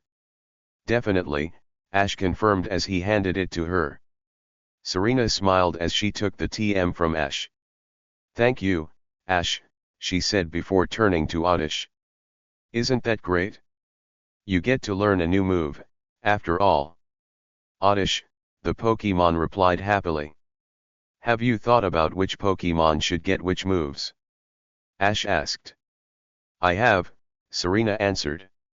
I've decided to teach Charla the move Dig, Ice Beam to Nidoran, and Giga Drain to Oddish. Sounds good to me. Ash approved while giving her his trademark smile that Serena loved so much. Serena smiled back, and then knelt down and placed the devices on each of her Pokemon's heads and pressed the button. The devices shook slightly for about 10 seconds until they stopped. Serena then took off the devices to see if they had worked. Charla then began to dig a hole with its claws very quickly. It then went into the hole and appeared out of another one a moment later. Nidoran focused its power into the small horn on its head and soon shot a large stream of ice from it. Oddish seemed to focus its power as well and its eyes glowed green for a moment. The group could tell it was working just by looking. Awesome job, all of you, Serena said happily. Now let's get some real training in. Serena spent the next hour and a half training her Pokemon for various things. Ash threw in his input every now and then as well. Pikachu helped out by training with some of Serena's Pokemon. She let each Pokemon practice the new attacks they learned. As for Jigglypuff, Serena realized that Jigglypuff was fantastic at dodging attacks in the air, but needed to work on its dodging while fighting on the ground. Since Jigglypuff had a slow running speed, they both learned Jigglypuff traveled faster when it rolled rather than ran. Thus, Jigglypuff was able to perfect its rolling and learn the move rollout in the process. After the training was done, Serena gave all of her Pokemon a hug rather than patting their head and gave them some rare candies she bought at the Pokemart earlier for a treat. She then returned her Pokemon to their Pokeballs and was ready to call it a night. She then turned to Ash. "It's getting pretty late now. We should probably get to bed," she said to Ash. "Yeah," Ash agreed. "We don't want you to oversleep and miss your chance to get an EV tomorrow." The two and Pikachu then began to head back to the Pokemon Center. There was a slight chill in the air since it was late at night. Serena wrapped her arms around herself to keep warmer. Then Ash did something that she wasn't expecting. He took off his sleeveless jacket and placed around her. "I don't want you to catch a cold," he told her. "I'll be fine." Serena blushed heavily at the gesture Ash made for her. "Thank you very much, Ash," she said gratefully. Serena then pulled Ash a little closer to her so he could be warm as well. Ash didn't pull away, either, which also a pleasant surprise. Pikachu then got in the jacket between the two and snuggled up against both of them. Ash and Serena both smiled at each other as they continued to walk back to the Pokemon Center together. Ash. Serena thought lovingly. It was the next day, and the group was standing in front of the Celadon City Battle Chateau. There was a huge crowd of people waiting in line to enter, which surprised the group. It seems a lot of people were eager to win an EV more than anything. As they got in line, the group could see a lot of people leaving the Battle Chateau in a dejected manner. The most likely explanation was they were hobby trainers who didn't have a recommendation to enter. Despite many people being turned away, they still expected there to be a large turnout for the one-year celebration. With the long line, it would certainly take a while to get in. "I'm going against all of these people," Serena said in surprise. "Don't sweat it, Serena. Remember all of that training we did last night? You will do fantastic." "I know it," Ash reassured her with a thumbs up. Serena smiled at Ash before turning back to the line. Ash was right. Her Pokemon were armed with new moves and had perfected their use because of the training. They were ready. She was ready. She could do this. Once they finally were able to enter the Battle Chateau, there was, of course, another Hennessy to greet them. Serena happily showed him her case to let him know she had already become a Viscountess, and he allowed the group to pass. "I'm terribly sorry, madam. I must ask you to find your way to the dressing room yourself today rather than have an escort. We are very busy today and simply don't have enough staff, I'm afraid," Hennessy said apologetically. "That's okay, Hennessy. Thank you," Serena replied with a curtsy as she began to walk down the hallway with her friends. Serena soon left the rest of the group so she could go change into her typical Battle Chateau outfit. To her dismay, there was even a long line to the dressing room. Serena let out a sigh. This may take a while. Once Serena had changed into her outfit and rejoined the group, they saw a huge crowd of people gathered around something that the group was unable to see. Deciding to see what all of the commotion was about, the group went over to the crowd of people. "What's going on?" Ash asked a person in the crowd. "They are showing off the EV that they are giving away for a prize," a boy exclaimed as he began to fight his way through the crowd to see it. "Oh, I would like to see it too," Serena said excitedly as she joined in on the crowd. Serena finally got close enough in order to get a clear view of the EV. It was standing on the table and had a gentle expression on its face. People were being allowed to introduce themselves to their potential new Pokemon and pet it. Several staff workers and an officer Jenny stood by to make sure the EV wasn't stolen. Once it was Serena's turn to meet EV, she went over and smiled at it. "Hello, Evie. She said happily. You're so cute. Evie stared curiously for her at a second before its face broke into a wide grin. It then gave a huge tackle attack to Serena which knocked her to the ground. Ow! Serena moaned as she rubbed the spot where Evie hit her. The group had seen what had taken place with Serena and Evie, so they went over to see if she was okay. Are you okay, Serena? Ash asked as he helped Serena to her feet. Yeah. I think so, Serena muttered. I'm really sorry about that, Officer Jenny said apologetically. This Evie is very playful. I didn't expect to actually tackle anyone, though. You are the first person it's done that to so far. Lucky me, Serena mumbled sarcastically. She then decided to try again with the Evie. You are really playful, aren't you, Evie? She asked as she went to pet it. Before she was able to, Evie grinned broadly again and did a tackle attack once more. It again knocked Serena to the ground again. Everyone's sweat dropped at the display. I think Evie likes you, Serena, Brock said nervously, trying to ease the tension. Yeah, Serena muttered as Ash helped her to her feet again. She decided she better leave Evie or else she would be too injured to do the tournament. It was nice meeting you, Evie, Serena smiled despite her bruised behind and stomach. Vivi. It replied back happily. Be safe, kids, and thanks again for helping our city the other day, Officer Jenny saluted, confirming it was the same one from the power plant. I can tell you exactly where I would feel safe, Officer Jenny. In your arms. Brock cried as he suddenly ran up to her. Oh. Hello again. Officer Jenny asked in confusion. Or better yet, you could be safe in my arms, then we can feel safe together and, yeah. Brock yelled once Misty yanked his ear. I have a better idea, Brock. Your ear can be safe in my hand forever, Misty said in aggravation as she pulled Brock away. Ow. Ow. Ow, Brock muttered continuously. As the group walked away from Evie, Serena decided to get a bottle of water from the nearby vending machine to calm her down. She put some change in the machine and pressed the button for water, but nothing came out. She tried once more, but still nothing came out. Since she couldn't get her water, she pressed the button to get her change back, but that failed, too. Serena was beginning to get a little frustrated. Oh, why isn't this vending machine working? She muttered in slight aggravation. She was about to go ask Ash for help when another boy who looked her age appeared beside her. He was a thin boy with medium-length black hair and bluish-gray eyes. He gave her a warm smile. Hold on. I had some problems with this vending machine, too.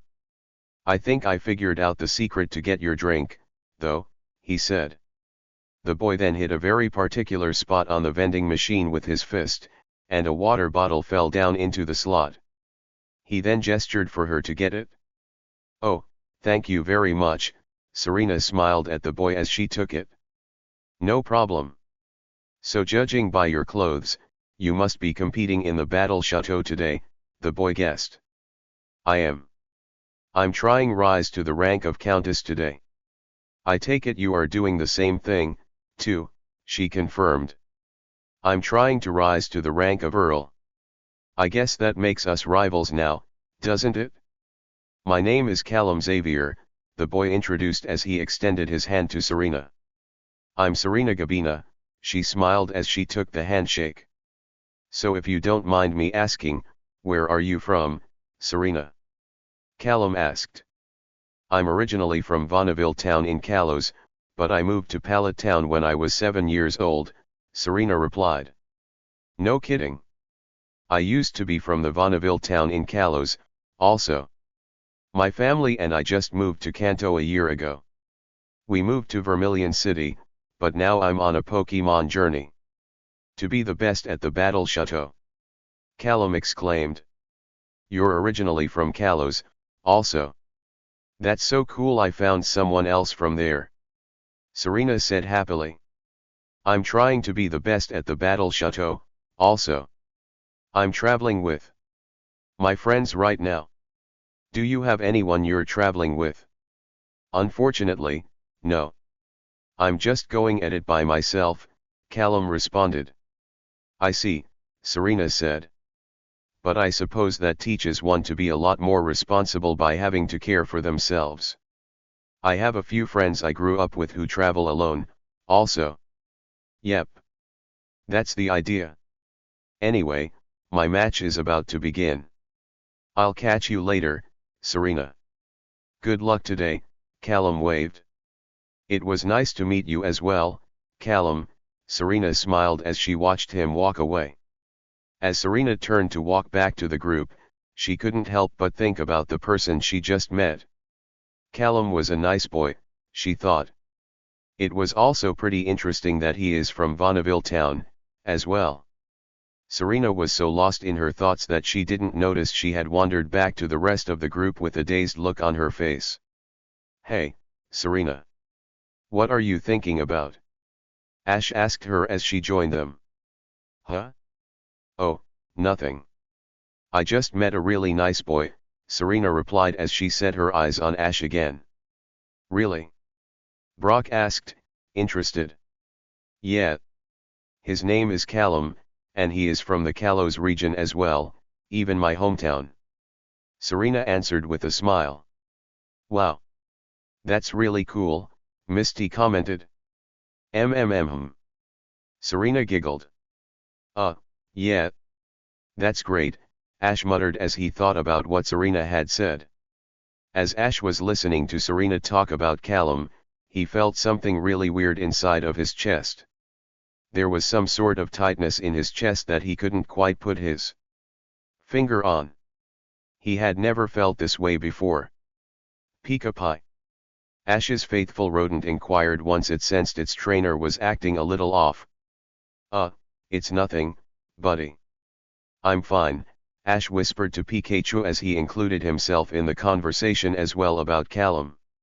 What a weird feeling that was, Ash thought to himself.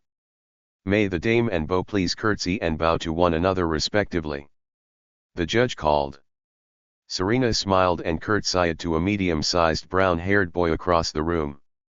The boy bowed politely in response. This is an official battle for the Battle Chateau tournament. There will be no time limit. Begin. The judge yelled. Nidoran. I choose you. Serena called as she threw the Pokeball to release Nidoran. A Nidoran, huh? In that case, I'll choose Graveler. The boy said as he threw the Pokeball forward to release a gray, rock-looking Pokemon with many jagged edges. A Graveler, Serena muttered as she pulled out her Pokédex. Graveler, the rock Pokemon and the evolved form of Geodude. This Pokemon moves around mostly by rolling. It rolls over any object in its path, it said. So it's a rock type. Good thing I taught Nidoran Ice Beam, Serena said to herself. Graveler, let's do your rock throw. The boy, who Serena heard was named Tyler, called. Graveler summoned many rocks from seemingly nowhere and threw them at Nidoran. Dodge those rocks, Nidoran. Serena called. Nidoran watched as the rocks approached it and jumped over the rocks. It even began to jump on top of the rocks. Serena had learned that trick from watching Pikachu at the pewter gym. Use double kick. Serena commanded. Nidoran then leaped off of the boulders towards Graveler. It then brought its legs back and delivered two solid kicks to Graveler's front. Graveler reeled back in pain from the super effective hit but soon recovered. Not bad. Let's see you stand up to our rollout attack. Tyler said as his Graveler curled into a ball and then began rolling at a high speed straight to Nidoran. Use Ice Beam. Serena called. Nidoran charged up power to its horn and unleashed the Ice-type attack, but Graveler quickly rolled out of the way. It continued on and slammed into Nidoran, sending the poison Pin Pokemon flying backwards. Graveler then turned away to build up more speed for its rollout. Nidoran got up and watched Graveler in defiance. "Try Ice Beam again, Nidoran," Serena told it. Nidoran once again shot an Ice Beam at Graveler. Like last time, Graveler quickly rolled out of the way and crashed into Nidoran. This time it hit a lot harder due to rollout's power, increasing with each successive hit. Nidoran gave a yelp of pain as it flew backwards once more and hit the ground hard. "Your Ice Beam won't work. Graveler is too fast," Tyler shouted at her in triumph. Serena grimaced. That boy was right. As long as Graveler was using rollout, she could lose, so there had to be a way to stop it. "Come on, Serena. You can do it," she heard Ash call. What would Ash do in this situation? Serena thought. He would make sure Graveler stopped its rollout attack, probably by throwing it off balance. "That's it. Nidoran. Use Ice Beam on the floor," Serena yelled. Nidoran obeyed and began to shoot Ice Beam all of the floor. Pretty soon the floor was completely covered in ice and had become quite slippery. Graveler was having a really hard time staying balanced due to how slick the floor was. It was wobbling horribly and had slowed significantly. It soon had no choice but to stop once it fell over on the icy field. "Now use Ice Beam on Graveler," Serena called. Nidoran shot its Ice Beam once more. Without rollout, Graveler was too slow to dodge and was hit dead on by the freezing beam of ice. It roared in pain and the super effective attack. "Finish it off with one more double kick," Serena told Nidoran. Nidoran then gave a slight jump and began sliding across the ice towards Graveler, who was still trying to recover from the ice beam. Nidoran wounded its legs, jumped at Graveler, and gave two more powerful kicks to it. Nidoran then backflipped and landed gracefully on the ice. Graveler roared in pain again and, unlike Nidoran, fell ungracefully onto the ice. In a crumpled heap. It didn't get up. Graveler is unable to battle. The winner is Nidoran, the judge called.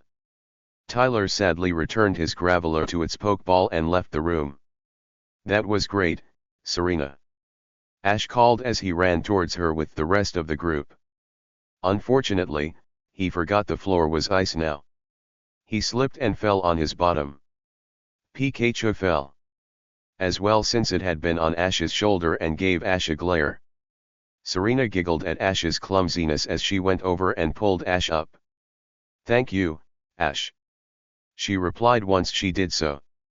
Turning the field to ice to throw Graveler off balance was pretty smart, Brock praised. The judge then came up to the group. "Yeah, it's times like this why we prepare," he said as he pressed a button on a remote he got from his pocket. The icy floor of the room lowered under the ground. It was soon replaced with a brand new lush carpet. Hee, sorry," Serena said as she rubbed her neck. "No problem. We've had worse messes to clean up, even today," the judge replied before leaving. Nidoran then ran up to the group. Serena smiled and knelt down to it. "You did wonderful, Nidoran." "Thank you," she said happily. "Expect some good food to come your way." "Nyah. Nyah," Nidoran replied, equally as happy. Then something strange happened. It began to glow white. "Nidoran?" Serena questioned once she saw what was happening. "Your Nidoran is evolving," Brock said excitedly to Serena. The glowing Pokemon grew larger until the glow stopped. In place of Nidoran was a Pokemon that looked similar to it. The difference was this Pokemon was larger with spiny ears and claws on each of its feet, a Nidorina. "Wow!" Serena exclaimed happily as he pulled out her Pokédex to scan it. Nidorina, the poison pin Pokemon and the evolved form of the female Nidoran. Its horn develops slower than a Nidorino's. It prefers to use its teeth and claws to fight, the Pokédexes said. "That's really great, Serena. I'm really happy for you," Ash said. "Thanks, Ash. Serena replied with glee. She then turned to her new Nidorina and gave it a big hug. Congratulations, Nidorina. Nidorina. It replied.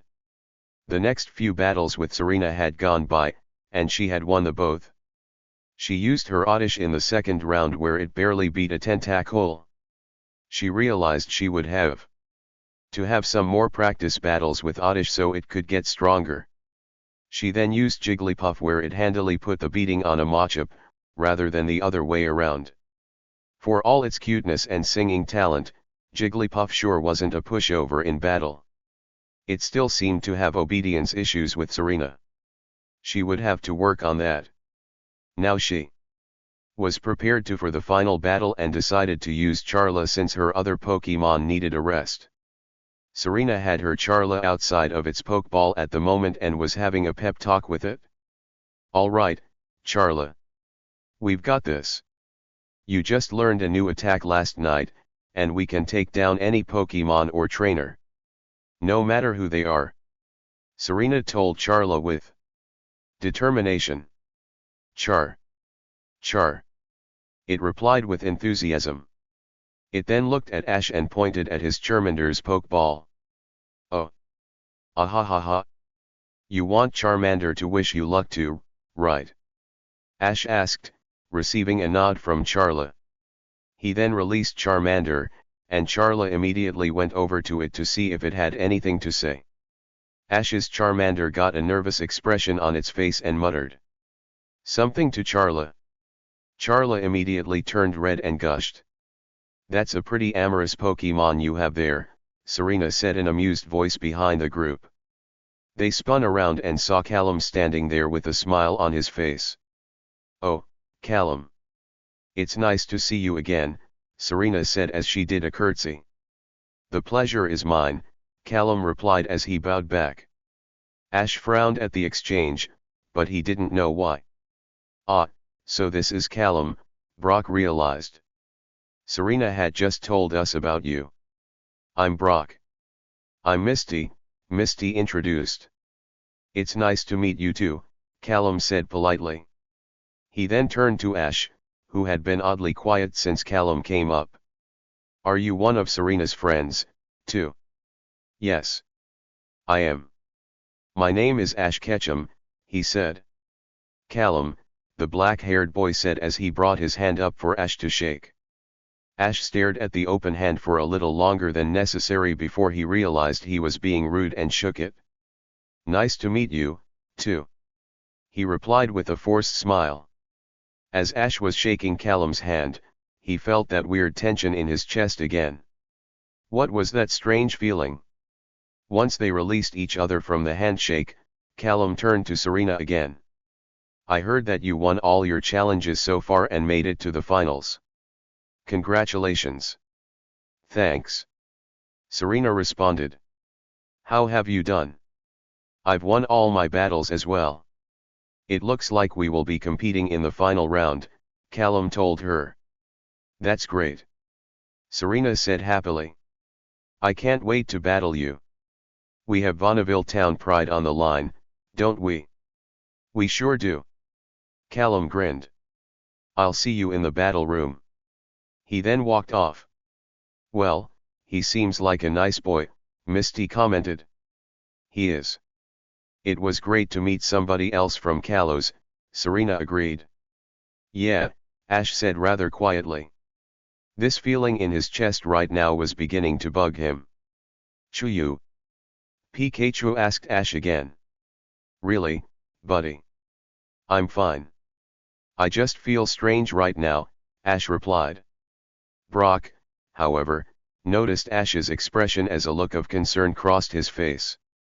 I wonder, he thought. Serena and Callum were now standing on opposite sides of the battle room. Both had looks of determination on their faces. Despite becoming fast friends, the two knew they weren't going to go easy on each other, so they had to give it their all. Ash, Pikachu, Brock, Misty, and Charmander were on the sides watching the battle. Charla had requested that Ash's Charmander stay out of its Pokeball and watch it battle for once.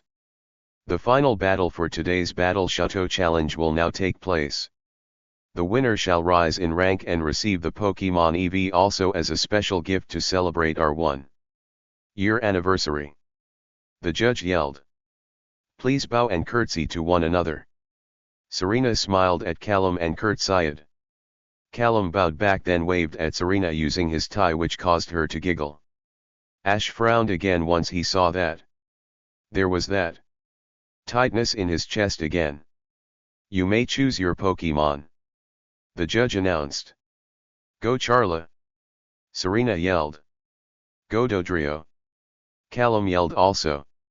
Serena's Pokeball opened to reveal Charla while Callum's Pokeball opened and a large bird Pokemon with no wings and 3 heads appeared squawking loudly. Oh wow! A Dodrio! Serena said in surprise as she scanned it. She had seen a lot of new Pokemon today. Dodrio, the triple bird Pokemon and the evolved form of Doduo. It uses its 3 brains to make complex plans. While 2 heads sleep, 1 stays awake, the monotonous Pokédex voice said. I don't like the looks of this match, Brock said seriously.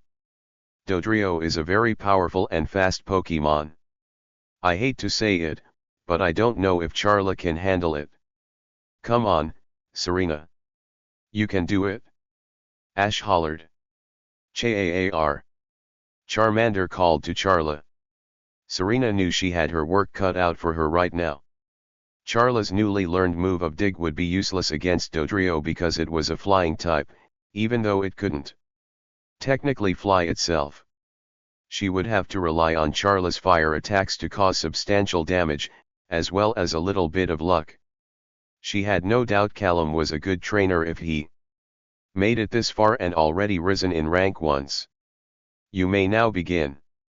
The judge yelled. Let's start this off with a quick attack, Dodrio. Callum hollered. Dodrio was already a fast Pokemon. This was only heightened by the move it was using. Dodrio burst forward with great speed. Before Charla could blink, Dodrio rammed into it and sent it flying. Now use Peck. Callum said next. Charla hadn't even hit the ground yet before it was struck by one of Dodrio's sharp beaks. Charla was knocked to the ground, and Dodrio's heads took turns ruthlessly pecking Charla with their beaks. Charla was getting pummeled pretty badly. Try to use Ember, Charla. Serena cried. Charla fought through the pain and managed to shoot out several embers at Dodrio. They connected and Dodrio yelped in pain. However, Dodrio seemed to get more aggravated than anything. It began to ruthlessly peck Charla again. If Serena didn't know better and Callum wasn't a nice guy, it would have looked like a bully picking on a poor, small Pokemon. Charla was huddled in a ball trying to protect itself from the onslaught of pecks. Dodrio seemed to tire of doing this and rammed Charla with one of its heads once more, sending it flying and onto the ground a short distance away. Chaar, it muttered weakly before its tail flame began to shoot up because Blaze had been activated. Serena knew Blaze would be her only chance unless a miracle occurred. Charla use flamethrower. Serena yelled. Charla shot its flamethrower at Dodrio where it was engulfed by the flames. The flamethrower seemed to do a good deal of damage this time, but Dodrio was still willing to fight. Use Tri-Attack. Callum yelled. Use flamethrower once more Charla. Serena countered. Charla launched its flamethrower while Dodrio shot out a spiral beam that had both electricity, fire, and ice flowing through it. The attacks collided midway which caused an explosion. Charla was knocked backwards by the blast while Dodrio was pushed back but held its ground. Charla was now lying face down on the floor and not getting up. Charla. Are you okay? Serena asked in worry. Misty sighed sadly. There is no doubt Charla is a great battler. It just couldn't keep up with Dodrio's speed and power. Looks like we did it, Dodrio. Well done. Callum praised and gave a thumbs up to his Pokemon. Dodrio squawked happily in return. Charla began struggling to get up, but kept falling down again each time. Even its blaze wasn't helping at the moment. "Come on, Charla. You can do it," Serena encouraged. Charla was pushing itself up with its hands as it began to sweat. It wanted to stand up for its trainer, but it was too weak. This Dodrio had totally outmatched it. If only it was a little stronger. Charla then looked to the sides and saw all of Serena's friends cheering for it.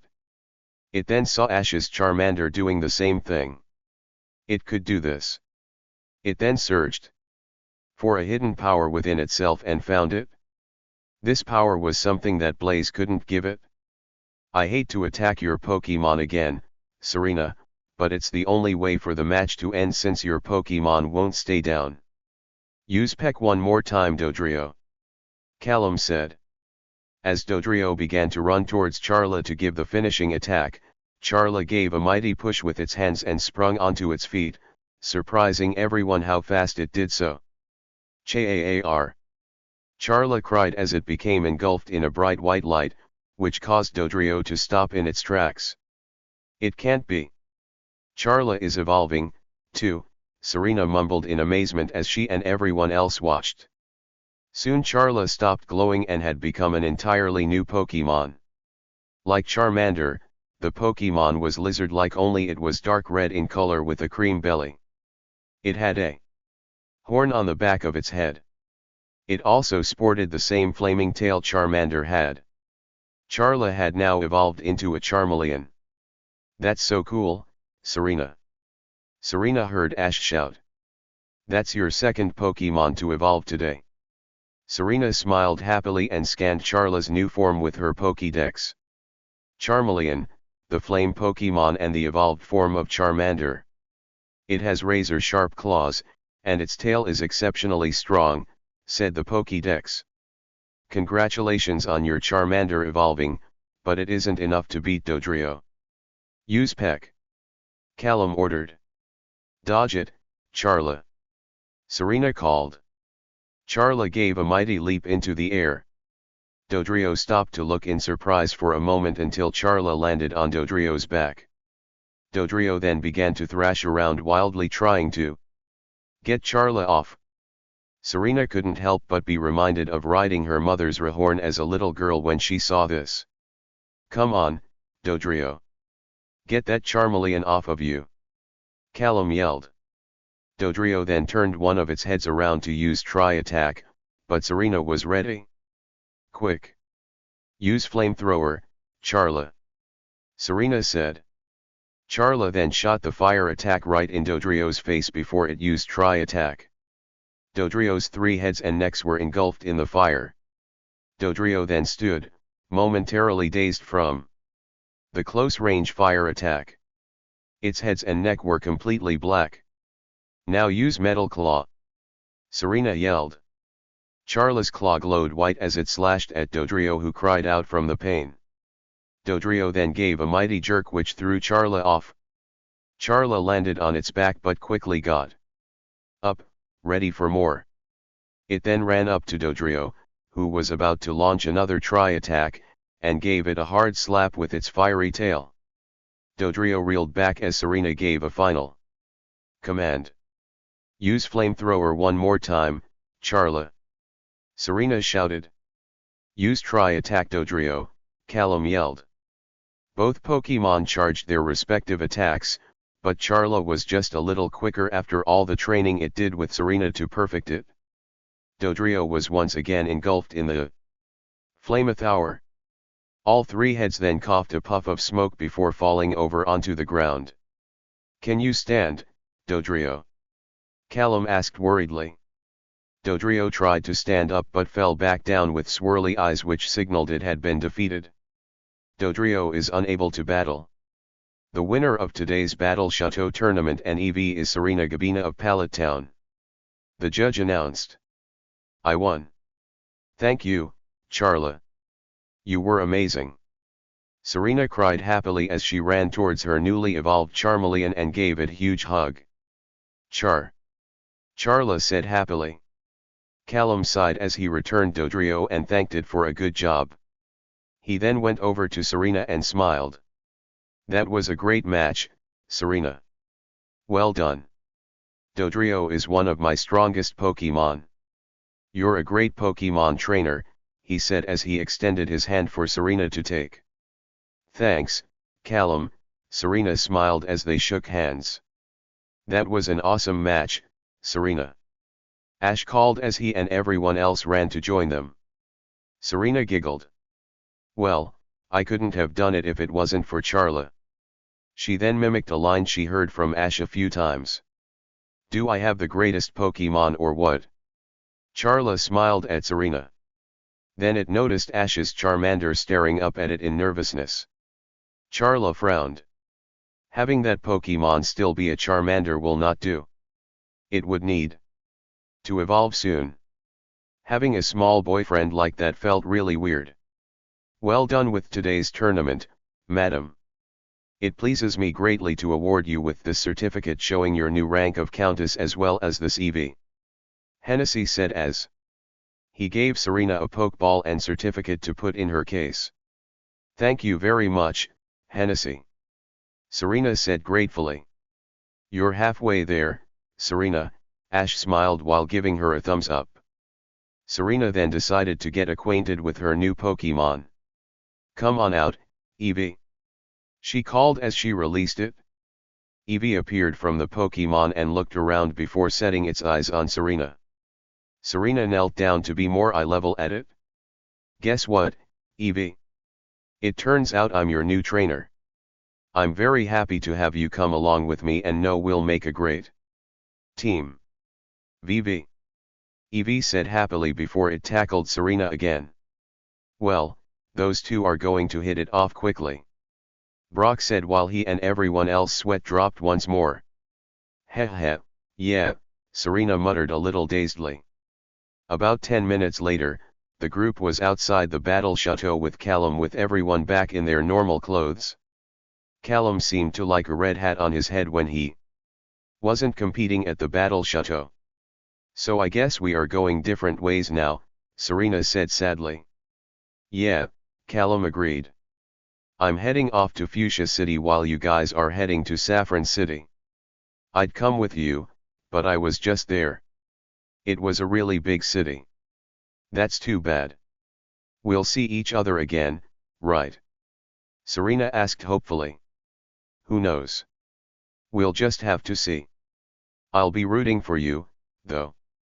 Callum said as he gave her a thumbs up. That's my signature gesture, Ash thought to himself.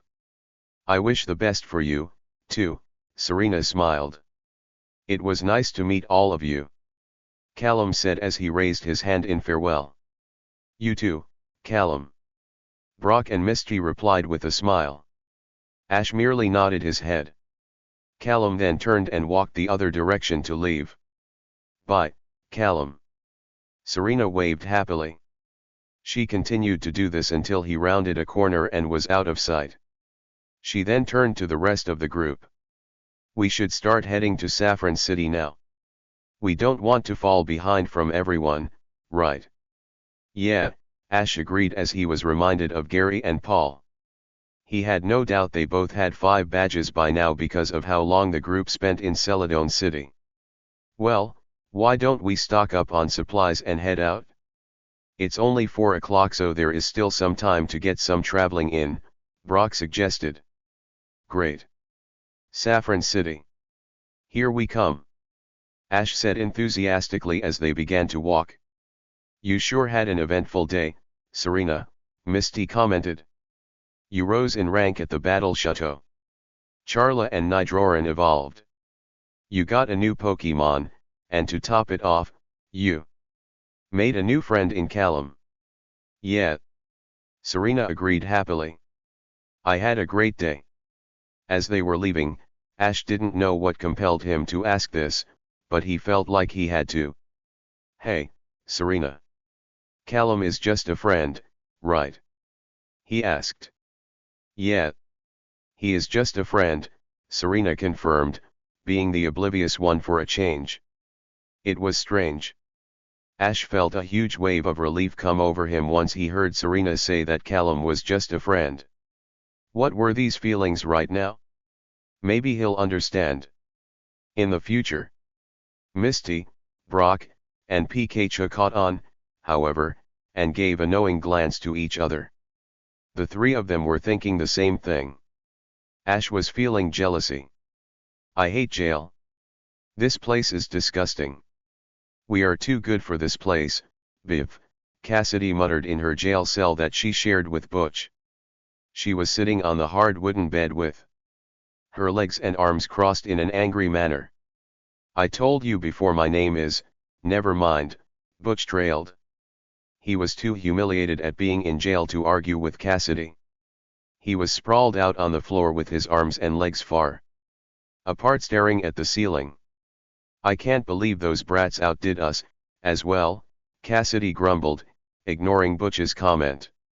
If we get out of here, they will definitely pay, Butch added as he clenched his fists. It was then that a guard came up to the jail cell. You two have 3 visitors here. Do you want to see them? Why not? Cassidy mumbled. It's not like we can sink any lower. The guard nodded and left the room. About a minute later, the visitors walked in, and Butch and Cassidy immediately glared. The trio may have been wearing casual clothes to hide their identities, but that didn't change the fact that Butch and Cassidy knew who it was. Well, well. You do look better in stripes than I do. Jessie taunted. What are you clowns doing here? Cassidy growled. She and Butch stood up to face them. Tut tut. Is that any way to treat the people who are bailing you out? Jessie smirked as she wagged her finger. Yeah. Orders from the boss, James confirmed. I can't believe it. The boss sent you 3 to bail us out. Butch groaned. Yes. The boss is busy right now with our next plan, so he sent us, Jessie replied. Grr, fine. Just bail us out already, Cassidy muttered. We might if you say please, Jessie said with an amused smile. She, James, and Meowth were enjoying this way too much. Never. Cassidy shouted. Oh, what a shame, Jessie said in mock hurt as she rubbed her eyes. If you can't be nicer, I guess we will just leave and tell the boss we couldn't afford your bail. He'll understand. The 3 then turned to leave. Wait. Butch yelled as he grabbed the bars of the cell desperately. Yees? James asked slowly as he, Jessie, and Meowth turned their heads around. Let us out, please, Butch mumbled. Good, Biff. Now let's hear it from Cassidy, James smirked. Just do it, Cassidy. It's not like things can get any worse, Butch muttered, ignoring the fact that James called him by the wrong name. Fine. Please let us out, Cassidy growled through gritted teeth, swallowing every bit of her pride. Now say Jessie, James, and Meowth are the best. Jessie taunted in triumph. Cassidy let out another growl. Don't push it, she warned. Fine, Jessie sighed. We'll be back in a few minutes. About 10 minutes later, the guard came to the door and opened the jail cell for Butch and Cassidy. You two are free to go, and stay out of trouble, he said. Cassidy and Butch then walked out of the Celadon prison and saw Jessie, James, and Meowth were waiting for them next to a helicopter which a grunt was piloting. The two didn't even spare Jessie, James, and Meowth a glance as they passed by them to get into the helicopter. They couldn't believe they were humiliated this badly in front of their greatest rivals. Once everyone was in the helicopter, it lifted off the ground and took off. Cassidy sighed as she sat down and rested her head on one of her hands. So where are we heading? She asked the trio. You two might want to change into more suitable clothes for this, Jessie said as she handed Cassidy and Butch each a Team Rocket uniform. We are on our way to Saffron City to prepare for the boss's big plan. I'm feeling giddy. James answered. Saffron City? Does that mean? Butch began in a surprised tone. Yep. Meowth interrupted. Team Rocket is taking over the Sylph Company.